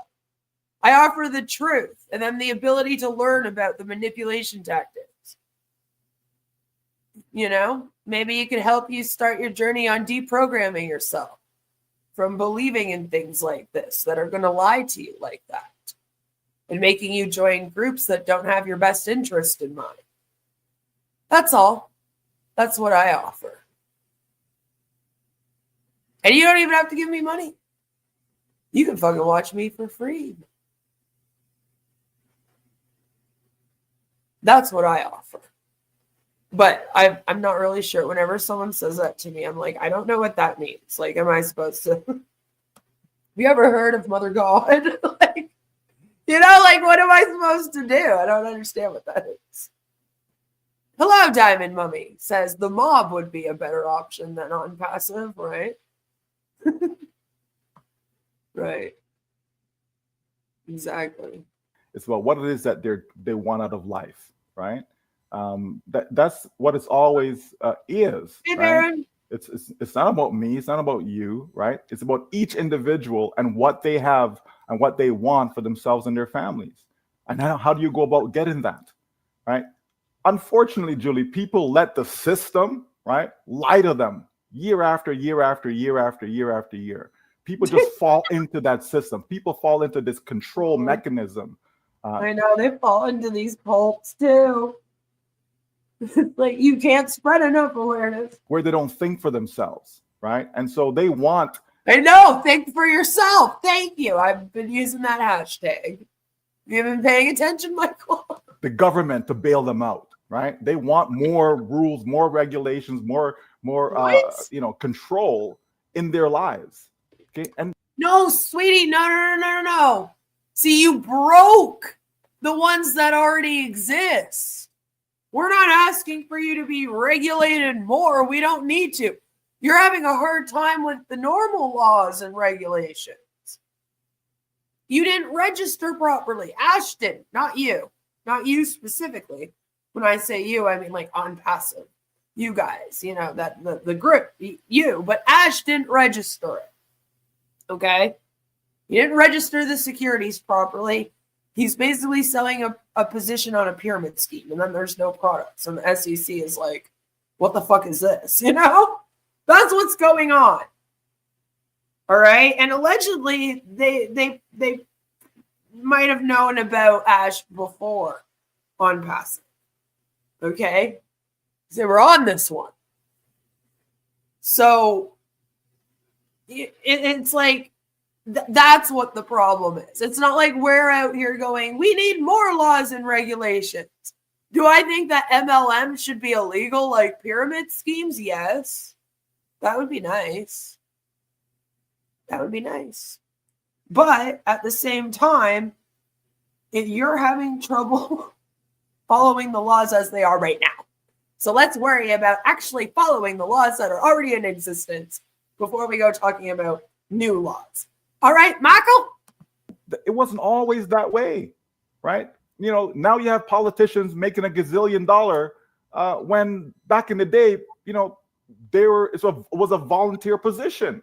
They just, you know, so you had that person was the chief police officer or whatever, and they also volunteered their time, you know, doing something else. You had that doctor or dentist. I told you, he's not a good scammer either.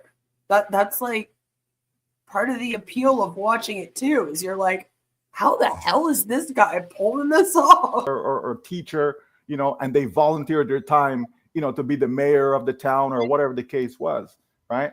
That's how things used to be. But now, right, like everything is about money, right? Everything is about money. You watch the Super Bowl, it's about money. Let's see what's going to, you know, make us the best bang for our buck, right? And so let's kind of put those two teams that's going to do that for it. You know, everything is like that now, Julie. Sports has become just like that, right? Entertainment has become just like that. Everything is about money, and it's not necessarily, let's just let the teams go out there and play, and whoever is the best team, you know, let them win. Everything is controlled, Julie, right? And people want their lives to be controlled as well, right? Why? I don't want government to be telling me to do A, B, C. As long as I'm not infringing on the rights of others, Julie, right? As long as I'm because they're not doing anything for me, right? If we're to sit here and just wait for the government to come and help us, it's not going to happen. If we're to wait for the bank to come and help us, it's not going to happen. You go to the bank and you want to get a loan because you need money. They tell you, well, no, sorry, you don't qualify. How do I qualify? Well, you have to show that you don't really need the money, right? If you show you don't need the money, they'll give you money. It makes no sense, right? So I'm saying the system isn't on our side. The system isn't for us. The system is for those that actually control and run the system. We have to understand that. So why am I saying all of that? I'm saying that to say that when we have a job, people tend to look for something else. Why? It's interesting coming from the man that's in a cult, though, isn't it? Because that's not the solution. It's not getting them what they thought it was going to be. I see people go out there, get master's degree, PhD, all these things, and it isn't enough, Julie. Isn't enough, right? So regardless of what country you live in, right? So when we look at this, we have to see that people are joining, whether it be a company, a business, or whatever it is, people are doing these things because they want to better themselves and their family. They want to be able to provide, Julie. You understand? And so we have to be able to look and see, okay, at the end of the day, how can we help people accomplish that? How can we help people accomplish their dreams? How can we help them turn that into this? Obviously, I mean, we've been sitting around doing nothing for 6.5 years. Now you're asking how to help. People are writing and telling Marty and Chris, and they just ignore them. Or go, we can't do anything. Go find work. They're like, I'm here because I didn't find work. Like, hello. reality? Because you can dream all you want, but if it never comes through, then what's the point? You can have all the hope in the world, but if it never comes to fruition, what's the point?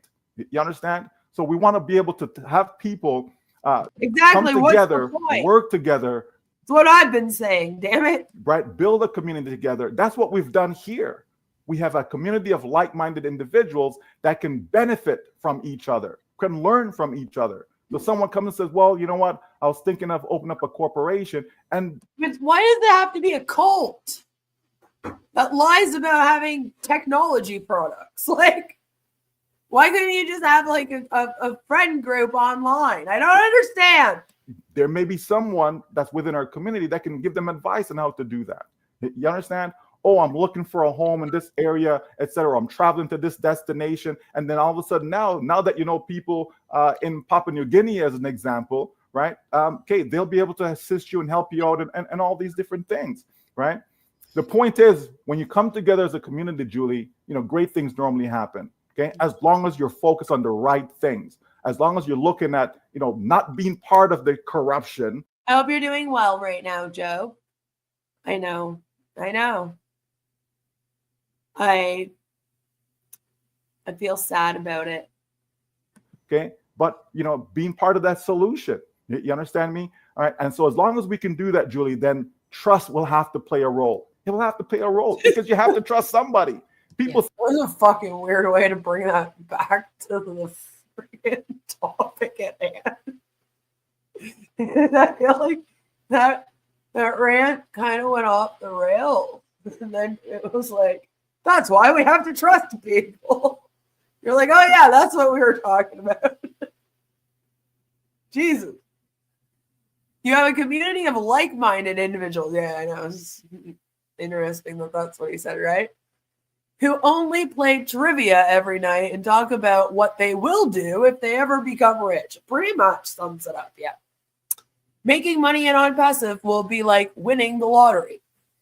Actually, according to the statistics, you actually have a higher chance of winning the lottery than you do in making money in any MLM company. Yeah, seriously. That's a real thing. I started calling him Michael Aim, always instantly mad. Exactly. I know. Why does he yell at us all the time? After he lost it on me for asking about ONPASSIVE measures. Their fiscal year. Nice. He had no clue and he got so pissed. Exactly. Good questions to ask here. Yeah. Michael used to yell actually a lot more. He gets kind of passionate now. He did in this one a little bit. But he used to get like almost like he was pissed off. And he was just always screaming. And I went up on one of their webinars once to face off with Ash Mufara. And him and I had some words, me and Michael. And he was very angry at me too. How many positions are both of them sitting on? I know that Michael Williams Aim had a lot of positions. He was up there. He was one of the people that signed up the most.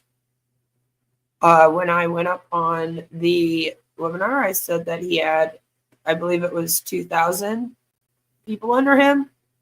And they told me that it was actually more than that. They were like, "Huh, we'll prove her wrong." No, it's actually more than that. And I was like, I don't think you're doing what you think you're doing. But go off, King, go off, you know? So more than that. More than that. I do know that the Recovering Hunbot does have a document that is keeping track of what the top OFounders said that they had. It's just, it's been a while since I've had to pull out that memory. Like, we don't really talk about that anymore because the thing is, I don't know if it matters anymore. And I don't know if it ever did. I mean, it probably never did. But the reason why I say that is when they said what the business was going to be, they were all on one level together. So I was very confused about these people that they allegedly signed up not being underneath them, but being alongside them. Because that's how they were making it sound like the business was going to go. And of course, they never explained it, and neither did the damn affiliate agreement. Really, like, we never got answers. They never really explained the structure, the levels in this, and how it would truly work, right?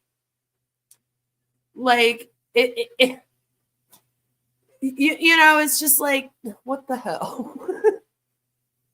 So there was that. So I was kind of like, okay, I guess then who you signed up, like, it wouldn't even matter then, right? If you're all on one level together, then it doesn't matter because then those people would not be under you. And then the targeted traffic was supposed to be under them. Remember, they had a group of traffic that were like in a vault locked up in Marty's basement somewhere because, like, I don't know who the fuck they're talking about, okay? I don't know where these people came from. I'm not even sure if they actually exist. So, you know, but apparently there was a bunch of those people, especially from, you know, their ad campaign. They had a whole bunch of people just waiting to pay them to join, right? Underneath them. So then I was like, okay, so then those people. But then when they lost all their data, I was like, now we don't even know if they have been keeping track of any of this.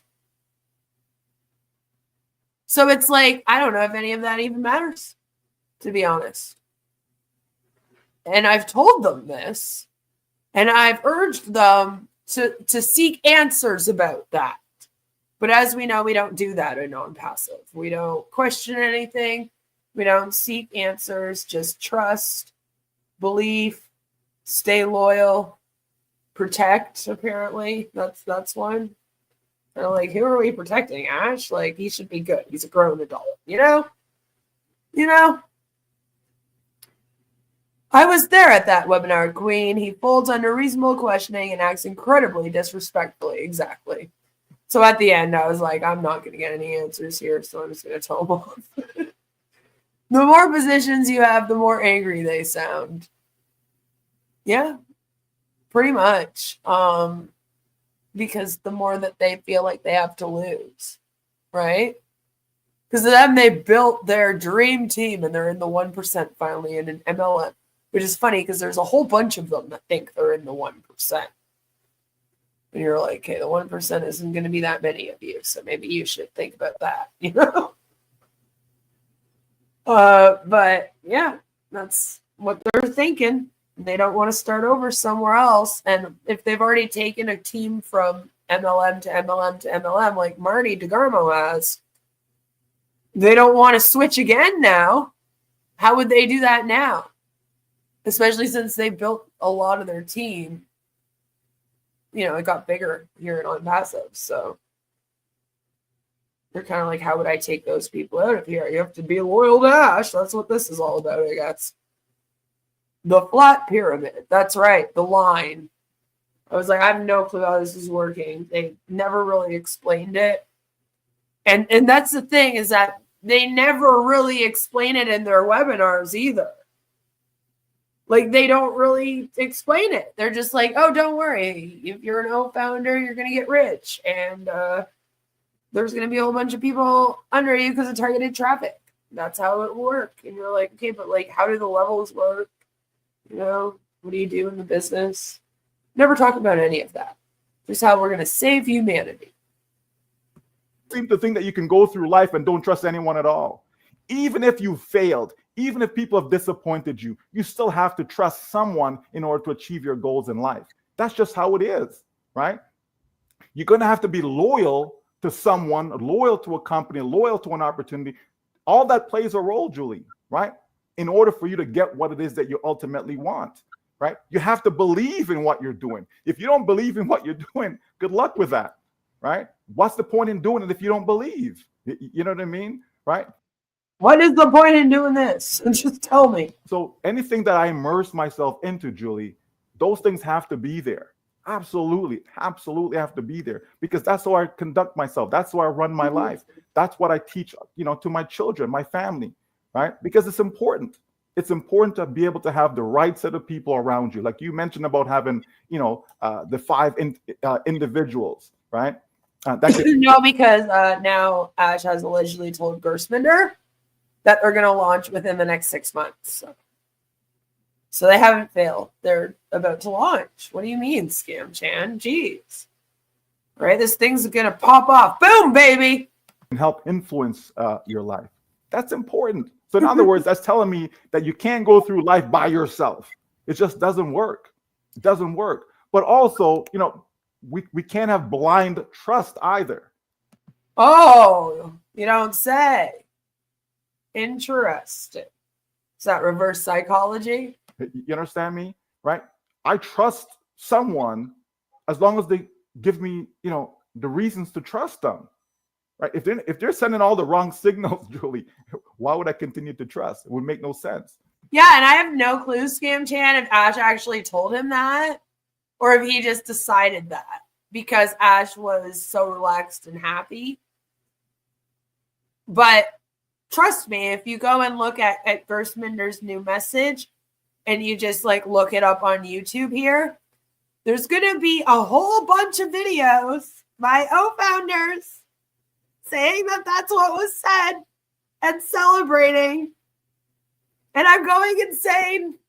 You know what I mean? In any relationship, right? Okay, you have a spouse, a girlfriend, boyfriend, whatever, right? A partner. You understand? And all of a sudden now, they're giving you these vibes that something else is going on here. They're cheating on you and all these things. And you see all this stuff, but you continue to trust them, though. That doesn't make any sense to me. I'm out of here. I'm gone. You know what I mean? Well, no, apparently not. Apparently you stick around and let them just lie to you and lie to you and lie to you and lie to you and lie to you. Because you're still here, Michael. Again, what has Ash done that he said he would do? What?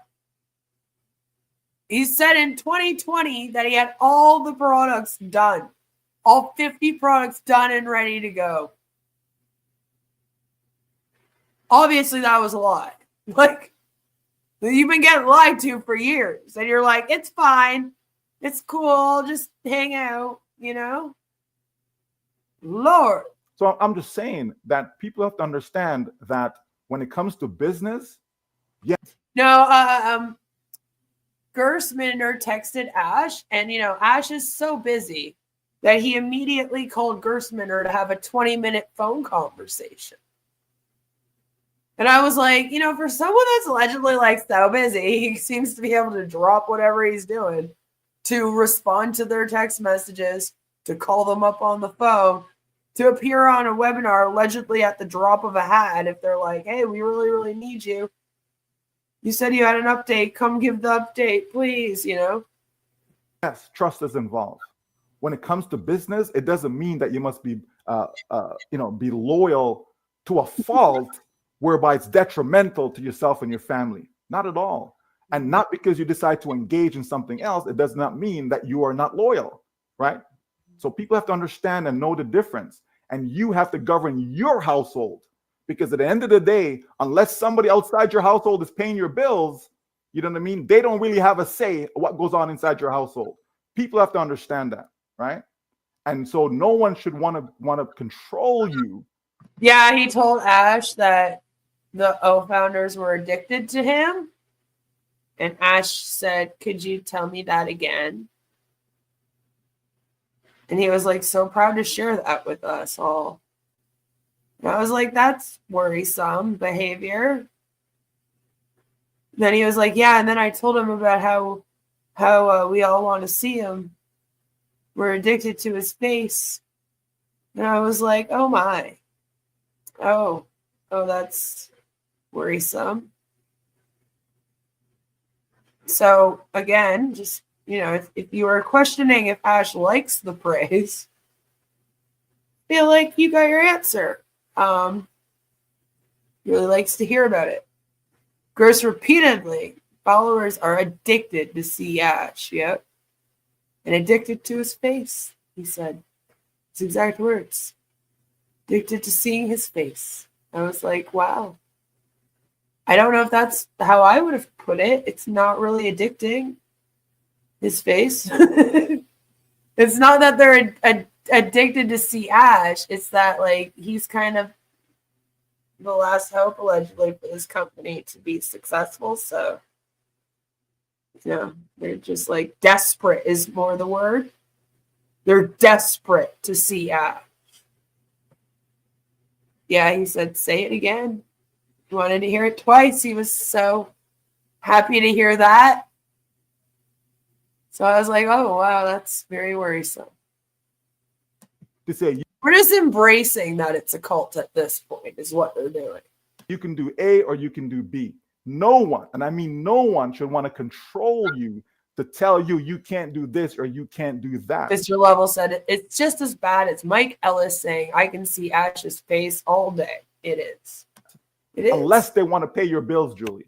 When they want to pay your bills and when they're ready to do that, then they can have a say, right?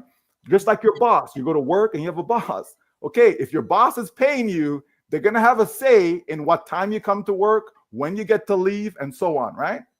Oh, so is that why Ash doesn't pay him?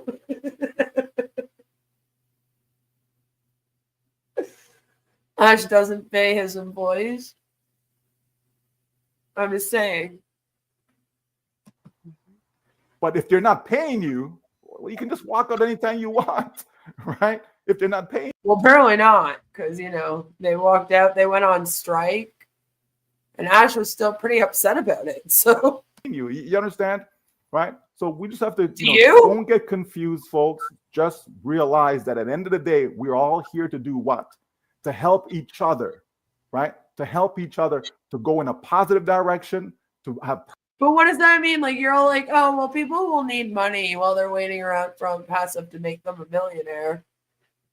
But again, all the people in this thing, their experience and their skills are MLM related. So did you think that they wouldn't go and find another MLM to do in the meantime? Why wouldn't they? Why are you guys so dumb? Why didn't you think that through? Like, again, and why would you expect that they're just going to sit around and wait for ONPASSIVE to fucking launch without doing anything? You're the ones that are expecting that. While saying that they're not going to do that. It's like such contradictory messaging, right? Especially between Marty and Michael here. Jesus Christ. It's like Marty says one thing, Michael says the opposite. And we've even seen like Marty say something and then Chris say the opposite in the same fucking stream. It's like, you people really got to get on the same page. Lord. Personal growth so that we are better individuals. We're better contributors to society. This is what we want for every single person, okay? But we certainly don't want people to be out there and suffering financially when there's something that can help them. Certainly not, right? And I would believe, I can't speak for Mr. Ashmafar, but I will believe. And can you tell me, Michael, who gets to decide what's best for them?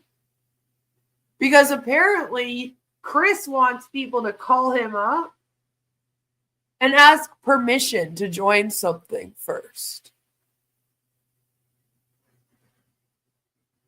And I'm kind of like, well, who made Chris the fucking expert on what people should join or not join and what's best for them?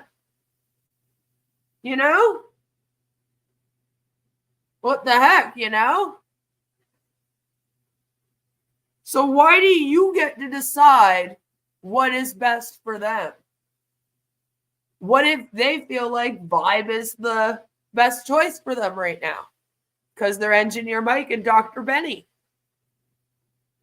Are you saying that you're more of an expert in what's best for them than they are? That's what I mean. You want the control over them while also being like, oh, but then we also know what's best for you. But then you're like, oh, but we don't control people. This is a cult. That he would want the same thing as well for every single person around this globe, and especially those that are part of our community. Absolutely. Absolutely. Why not? Okay. Because when it's all ready, Julie, when we're ready and set and ready to go, guess what? We're all coming together to make sure that happens. Absolutely.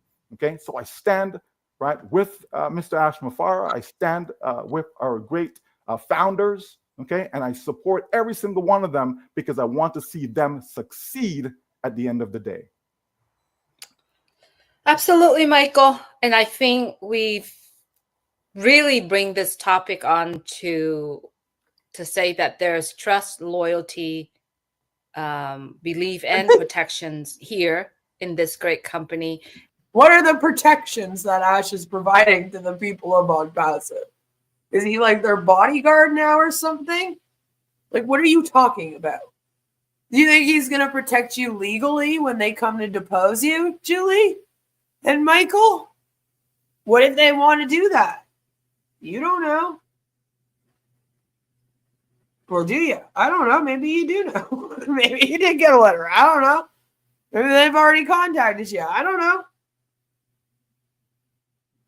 But just something to think about. And that's why we are here to continue to hopefully, bring that to actually even stronger. And, with trust and belief, it really helped us to strengthen that relationship, not only on the personal level, but also on a professional level. Society. What professional level? There's nothing professional about this thing at all. The humanity level as well as a whole. And so, we hope that our friends, our listeners here will be able to pick out some of these, what we've discussed here, and, take that part of what they're doing in their daily life as well, Michael. Anything else you want to? Yeah. Yeah, just have blind faith in a leader that doesn't do anything he says he's going to do. Make sure you're loyal to him, even though he's probably not loyal to you. I mean, he's definitely starting up another company with a mod. So there's that. If it has nothing to do with ONPASSIVE, then it's something else. Right? And allegedly he's going to protect you. Don't know how he's doing that when he's being sued himself, but that should be interesting. And Mr. Level says, the thing that is sad, if someone were to do what Ash did in real life, it won't work at all. Everyone can't have a nice car and nice house. You can't just give money away. This ain't you said. Right? You can't just save all of humanity with technology products that everyone has to buy. Like, it just sounds so ridiculous. Or even like money. Money doesn't even do it, Right, Jelly? It's a little bit of a shock if you're not used to seeing it. Julie has gone full gray. Good to see you. They need to change the title from meaningful to senseless conversation. They really do. Anything else you want to bring up, Michael? No, we're good. We are good. I just, again, I just want people, we always talk about being the best version of yourself. Do what's best for yourself and your family, and everything else will fall into place. Everything will take care of itself. It's as simple as that. Absolutely. Thank you, everyone, for being here. Thank you, Michael. It was a good topic today. I hope everyone enjoy your week, and we will see you next time. Take care, everyone. Stay safe. Oh, we will. Stay safe from pyramid schemes that are trying to manipulate you into their weird cult. Definitely do that. So, they wanted to talk about trust and belief. So I thought that we would just take a minute today and we would also talk about trust and belief and how they spoke about trust and belief, if you will. So trust, definition. Trust is confidence in someone's reliability, truthfulness, or ability based on evidence, experience, or repeated interactions. It is usually earned over time. It is built on consistent actions, credibility, and past behavior. Trust can be broken if the trusted person or entity acts inconsistently or dishonestly. For example, you trust a friend because they've always been there for you when needed. Maybe you really are depending on them for a situation and they don't show up for you. Then they become flaky, so you don't trust them anymore. Maybe they join a pyramid scheme, and then you question them completely after that, you know? I keep thinking of that line from The Simpsons, won't someone think of the children? That's right. Stay safe. Tiny Dinger's safe. That's right.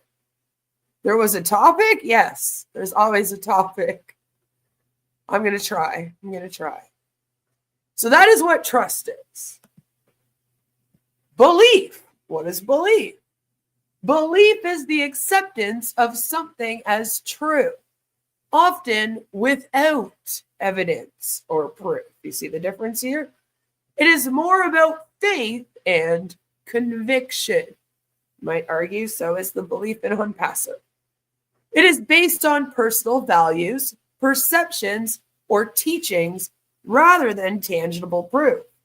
Beliefs can be deeply ingrained and resistant to change, even in the face of contradictory evidence. For example, you believe in a concept like karma or luck, maybe a pyramid scheme or cult, despite not having scientific proof. And there's nothing wrong with having beliefs, right? Let's get into the psychology of trust. Trust is built on 3 key components. Number 1, reliability. We trust people or institutions that consistently meet our expectations. This is grounded in the psychological principle of predictability, where our brain finds comfort in routine and consistency. Number 2 is integrity. We trust those who align with our values and show honesty and moral principles. This ties into social identity theory, where we connect with people who share our beliefs and norms. If you need more information on all of that, may I direct you to my community tab, in which I will be posting educational content discussing all of these things also in depth. Number 3, competence. We trust people who are perceived as knowledgeable or skilled. This stems from cognitive authority, where we believe those who appear to have expertise, right? Chuck says conviction. I see a conviction happening next year.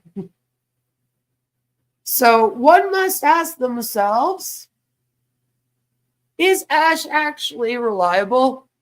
Does he have integrity? And is he competent? If you answer no to those things, you probably aren't going to trust him. How trust forms psychologically. So there's the attachment theory. Our early relationships, especially with parents, shape our ability to trust others. Secure attachments lead to healthy trust, while insecure attachments can lead to mistrust or blind trust.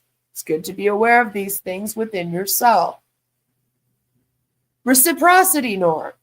We naturally trust those who do good for us, as we are wired to return favors, creating a cycle of trust, right? Then it also is an oxytocin release.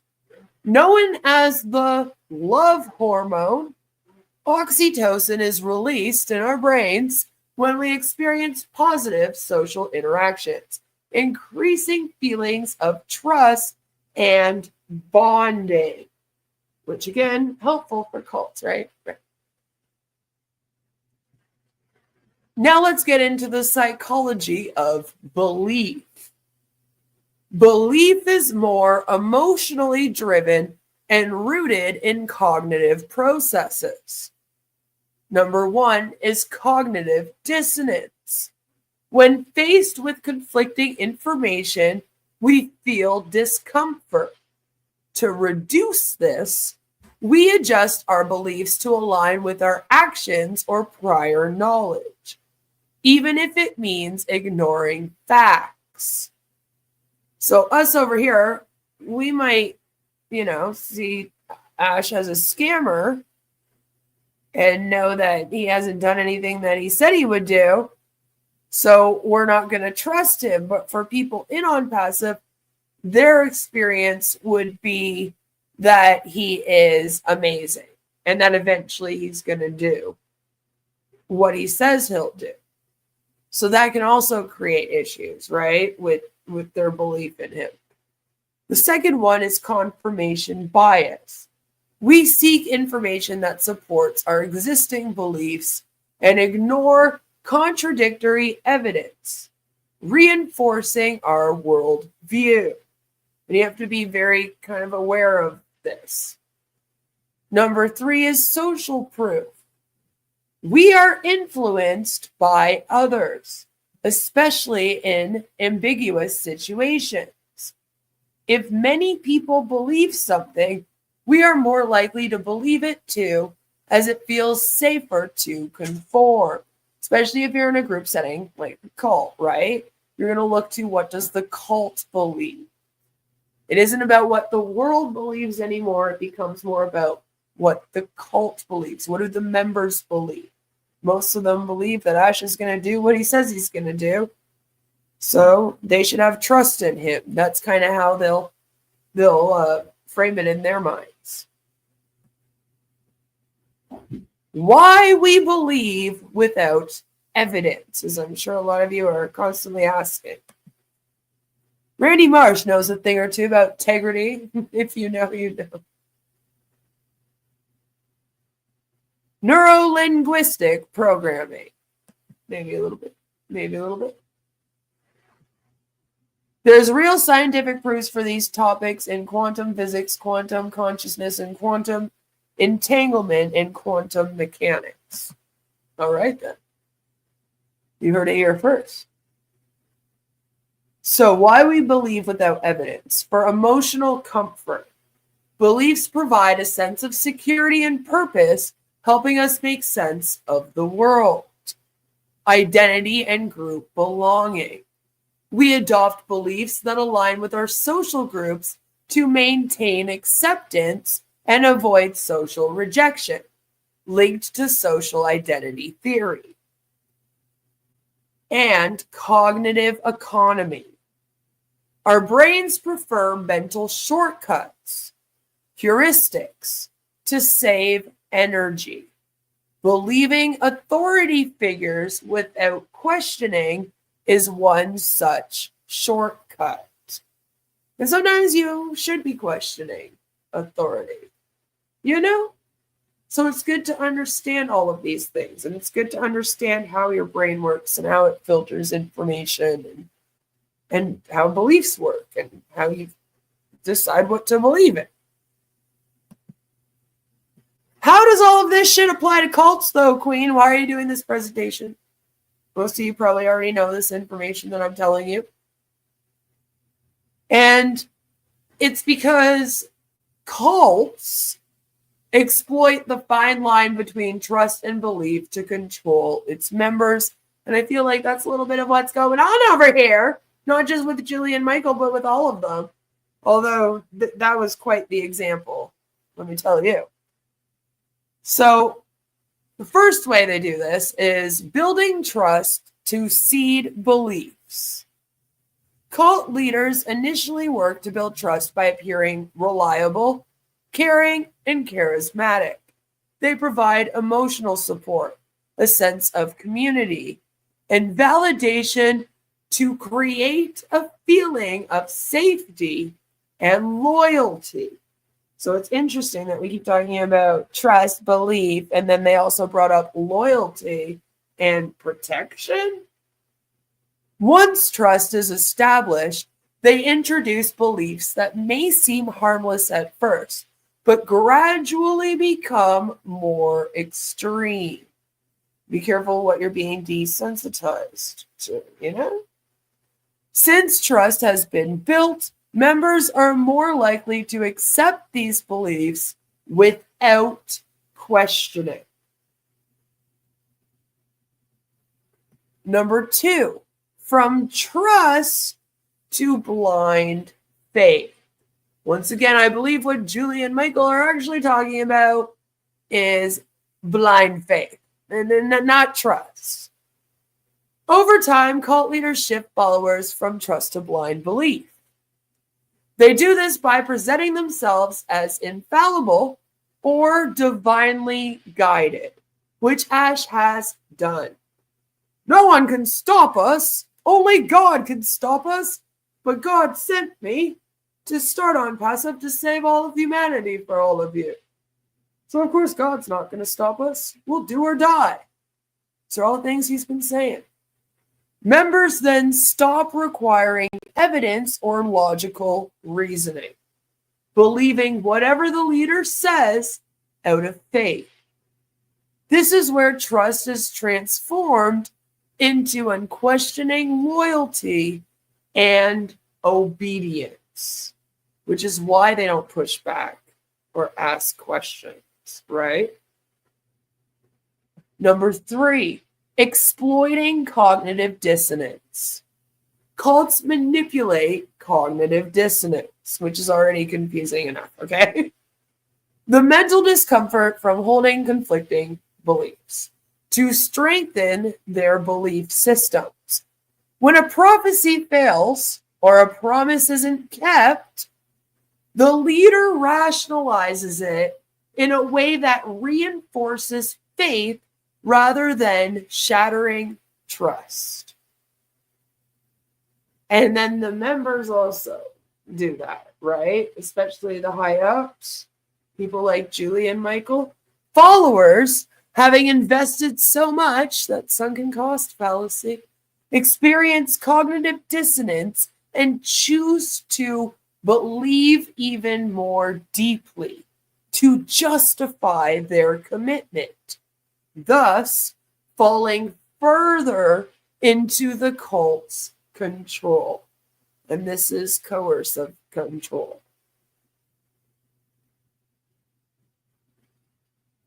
So how do you protect yourself from this manipulation? Critical thinking and skepticism. All right, you can have healthy skepticism.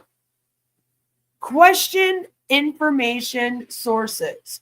Look for evidence and consider alternative perspectives. I urge you to go and research ONPASSIVE. Go and Google it. Read what everyone is saying about it, not just the people that are in it. Because if you're going live to the public to launch, it's actually the public that you should be listening to, not each other, to get an idea of how the public's going to receive this, right? Does it make sense to ignore the public and only listen to each other if the success of this thing is contingent on the public accepting it, right? Does that make sense? Emotional awareness.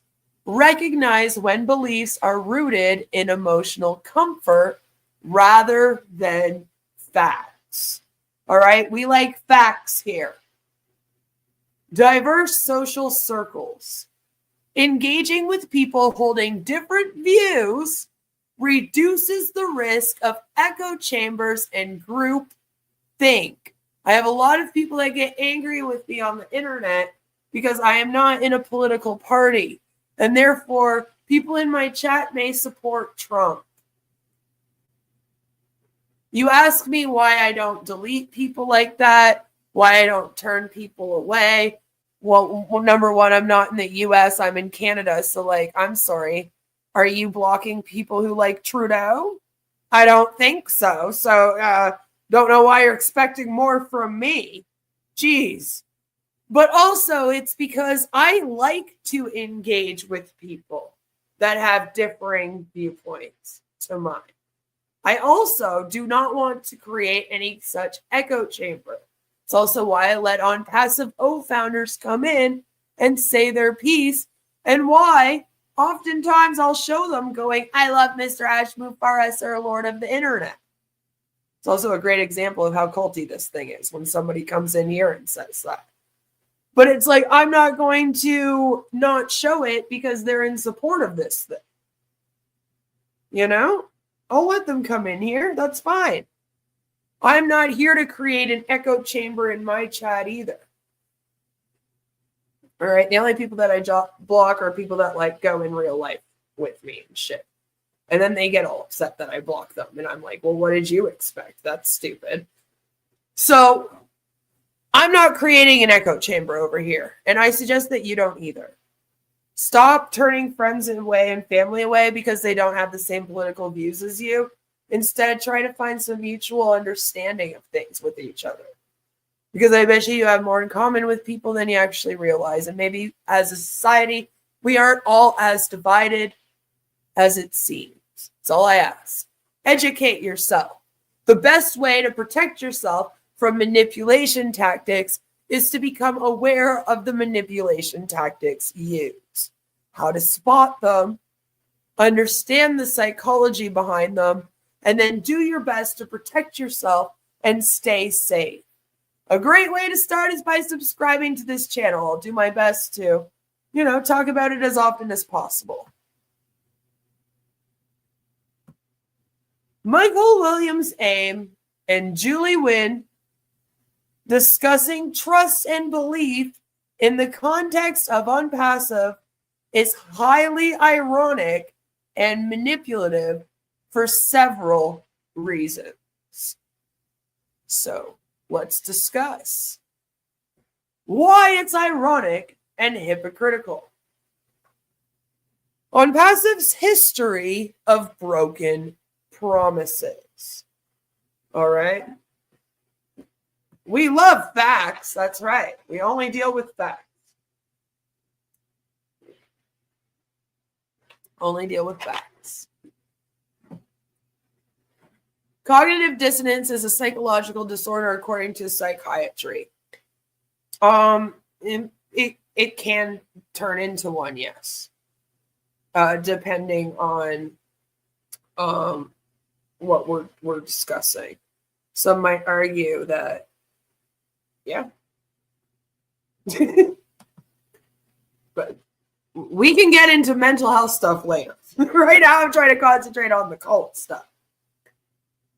So, the company has consistently failed to deliver on its promises, from product launches to financial freedom claims.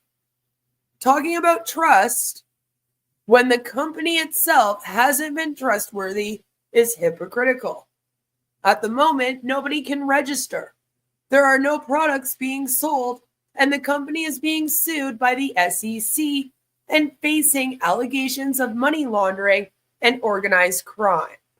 This is not the time for this conversation by Michael Williams Aim and Julie. Blind belief cultivation, which is what I would describe that live stream as. ONPASSIVE relies on blind faith rather than transparent facts or evidence. Leaders like Michael and Julie encourage belief without proof, while the company keeps moving goalposts. And the cult-like obedience. By preaching trust and belief, they subtly reinforce the idea that questioning the company equals disloyalty, further cementing cult-like obedience. This is damage control and cult manipulation. How is it cult manipulation, Queen? You can't just make claims like that out here on the internet. How dare you? Emotional appeal. They're leveraging emotional loyalty.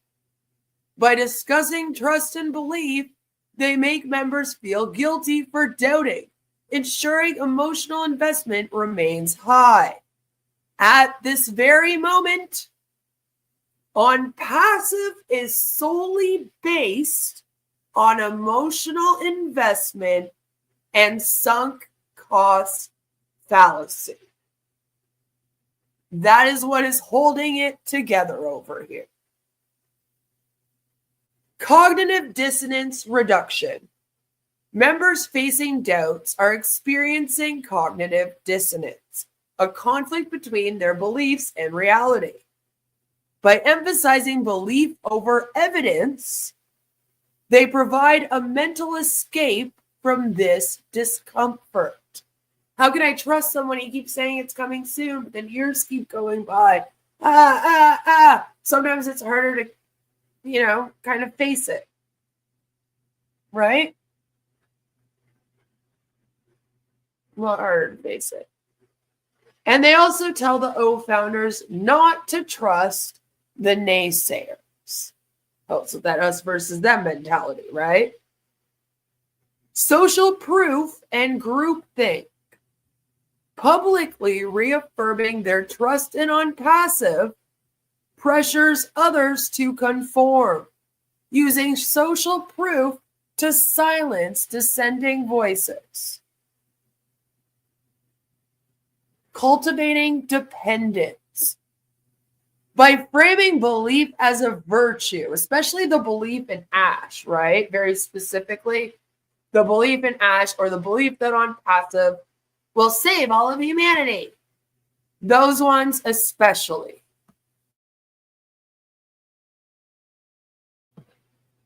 So that's basically what we're talking about with this here. So by framing belief as a virtue, they ensure followers rely on the community and leaders rather than seeking independent verification or outside information, especially that pesky Recovering Hunbot's website, hunbot.net. Do check it out. Bottom line, in summary, to sum this all up, this live stream that Michael and Julie did there that we just watched together, it wasn't about genuine trust or belief. It was about manipulating emotions to keep people invested despite growing evidence against ONPASSIVE's legitimacy. By reframing skepticism as a lack of faith, they effectively shield the company from criticism and accountability. By anchoring the discussion in trust and belief, Michael Williams' aim and Julie Nguyen are cleverly deflecting attention from ONPASSIVE's failures and delays. And the other OFounders are doing the same when they go on their rants about the same shit. And now you just got to trust and believe in Ash Mufara. It's a calculated tactic to maintain control over members' perceptions. When people are made to believe that doubt equals betrayal, they're less likely to question the inconsistencies and more likely to defend the company, even to their own detriment. We see this quite often in my comment section. Hello, Ali. or even during live streams when they appear to tell me how wrong I am about Ash or ONPASSIVE. This approach also reinforces the us versus them mentality, common in cults, where doubters are seen as negative outsiders. By manipulating trust and belief, they deepen members' emotional bonds to ONPASSIVE, which is exactly what they all want to do, right? That's their main goal here. Hello, Ellie. Making it even harder for them to leave. Right? The deeper members' emotional bonds to ONPASSIVE is, the harder it is for them to leave. It's psychological manipulation disguised as a motivational talk. The end goal is to sustain blind loyalty and discourage critical thinking. And we already discussed why that's not a good idea to do. Why you should never discourage critical thinking. You should encourage it. And why being someone who uses critical thinking skills will actually help you in all areas of your life. As long as members believe without evidence, they'll continue to invest their time, money, and hope into ONPASSIVE. This is classic cult manipulation, making members feel that leaving would be a betrayal of their own beliefs and the community. Right? Be wary of the words used in ONPASSIVE webinars. Recognize they are in damage control mode, and these are manipulative PR stunts being done to keep you in the scam. This is a cult. They will say or do anything to keep you as a member. Proceed with caution. And if you want more information, of course, you can always subscribe. And that is why this webinar went down, in my opinion, and why the topic was trust and belief. And they're all doing their own versions. They're all doing their own versions of this. Right? They really are. So be careful of that. It's no different when Marty and Chris say things like, oh, don't go listen to the naysayers. And they're going off about how you shouldn't believe the things that the recovering Hun bot is posting and etc. Right? It's the same thing. All the same reasons. And one big theme has been have blind faith and just be loyal. Be loyal, be loyal, be loyal. That's the main message of this week in ONPASSIVE is prove your loyalty. It always kind of has been, like I said, like they tell them, you know, you have to come to all the webinars. Be engaged. That's what that means, right?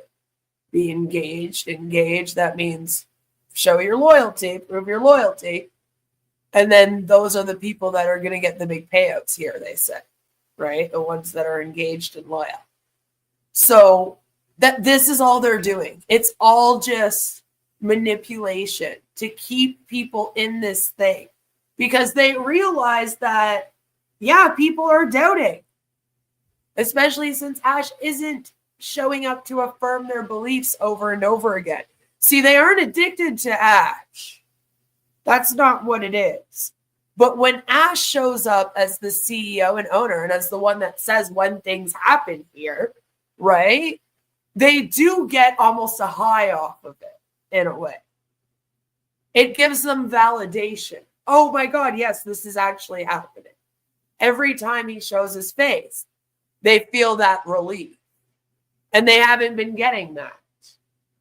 So I guess comparing it to an addiction does kind of work in a way. So when they're not getting that, they are starting to question more. And they are starting to doubt more.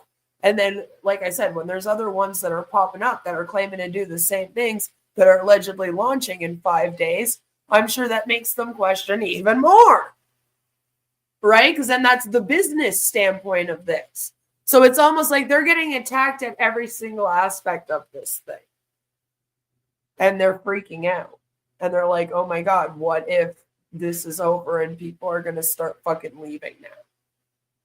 Like, if this doesn't hurry up, we might be there, you know? I think they're getting kind of scared.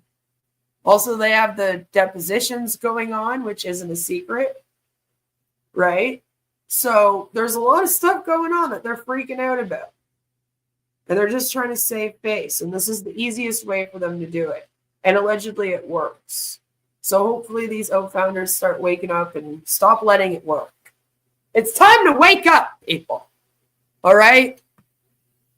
Just like Cece says. Wake up! All right? Wake up. What the fuck is the matter with these people? That's what a lot of my community thinks quite often. All right? Because they're like, come on, people. But, you know, that's what's going on.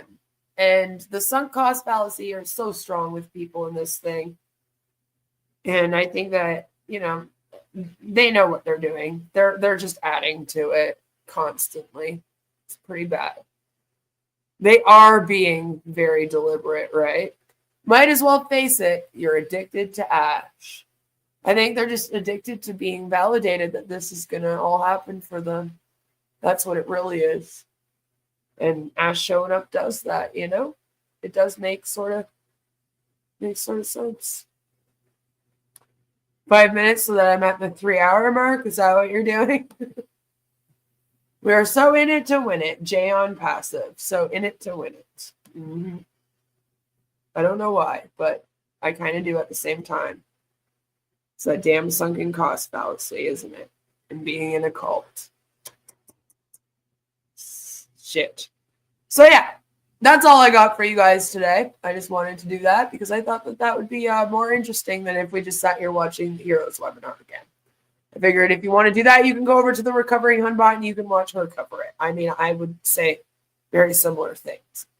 I do highly recommend it if you haven't, because it's pretty funny when Comfort cuts off Gersminder from talking. I like that part. Anyways, guys, I hope that all of you have a fabulous, amazing rest of your day. Like I said, I'm probably going to have a video come out either later on today, might be tomorrow now, though. This went a little longer than I thought it would. But, yeah, so stay tuned for that. It is going to maybe, you know, help people that are feeling stuck, that are in ONPASSIVE, if you will. Maybe just help them a little bit. So, you know, look forward to that. And then it will be Friday with my Sayers and Nay, which so far we should be good to do. So stay tuned for that.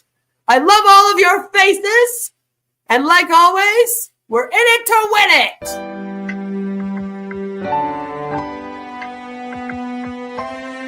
My name is Ash Mufara, and I'm your friend.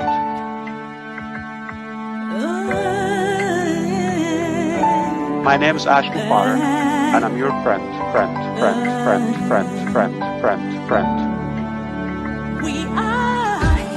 I'm Mike Ellis, by the way.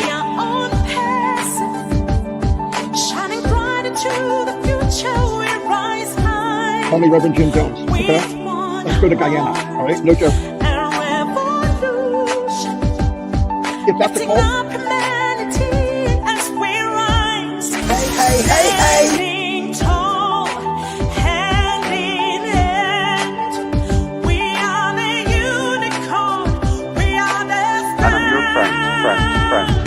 Friend.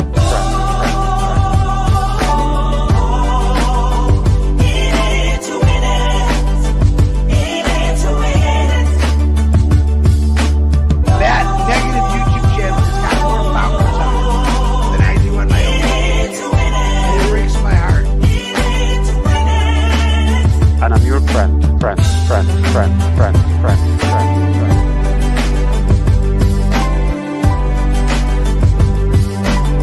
My name is Ash Mufara.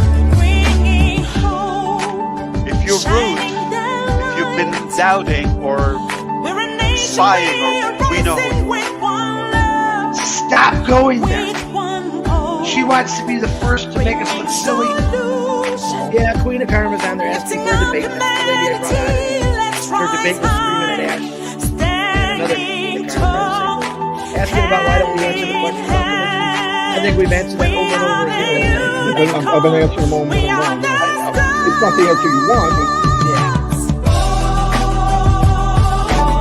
only Reverend Jim Jones. Okay? Let's go to Cayenne. All right? No joke.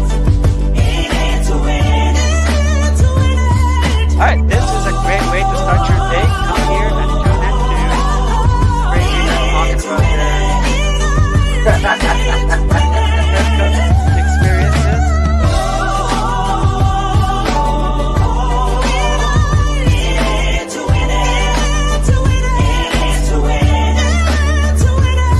My name is Ash Mubarak, and I'm your friend.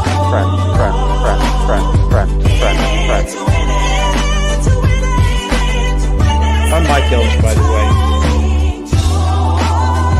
Have a good rest of your day, everyone else. I'm your friend.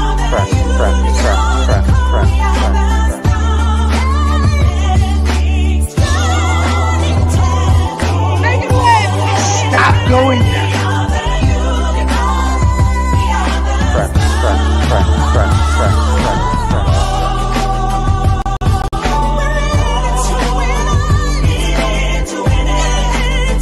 That negative YouTube channel has got more followers on it than I do on my own YouTube channel. It breaks my heart. And I'm your friend.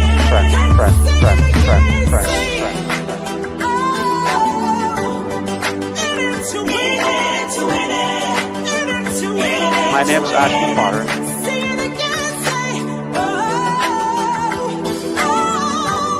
Stop going there. Yeah, Queen of Karma's on there. My name is Ash Mubarak, and I'm your friend.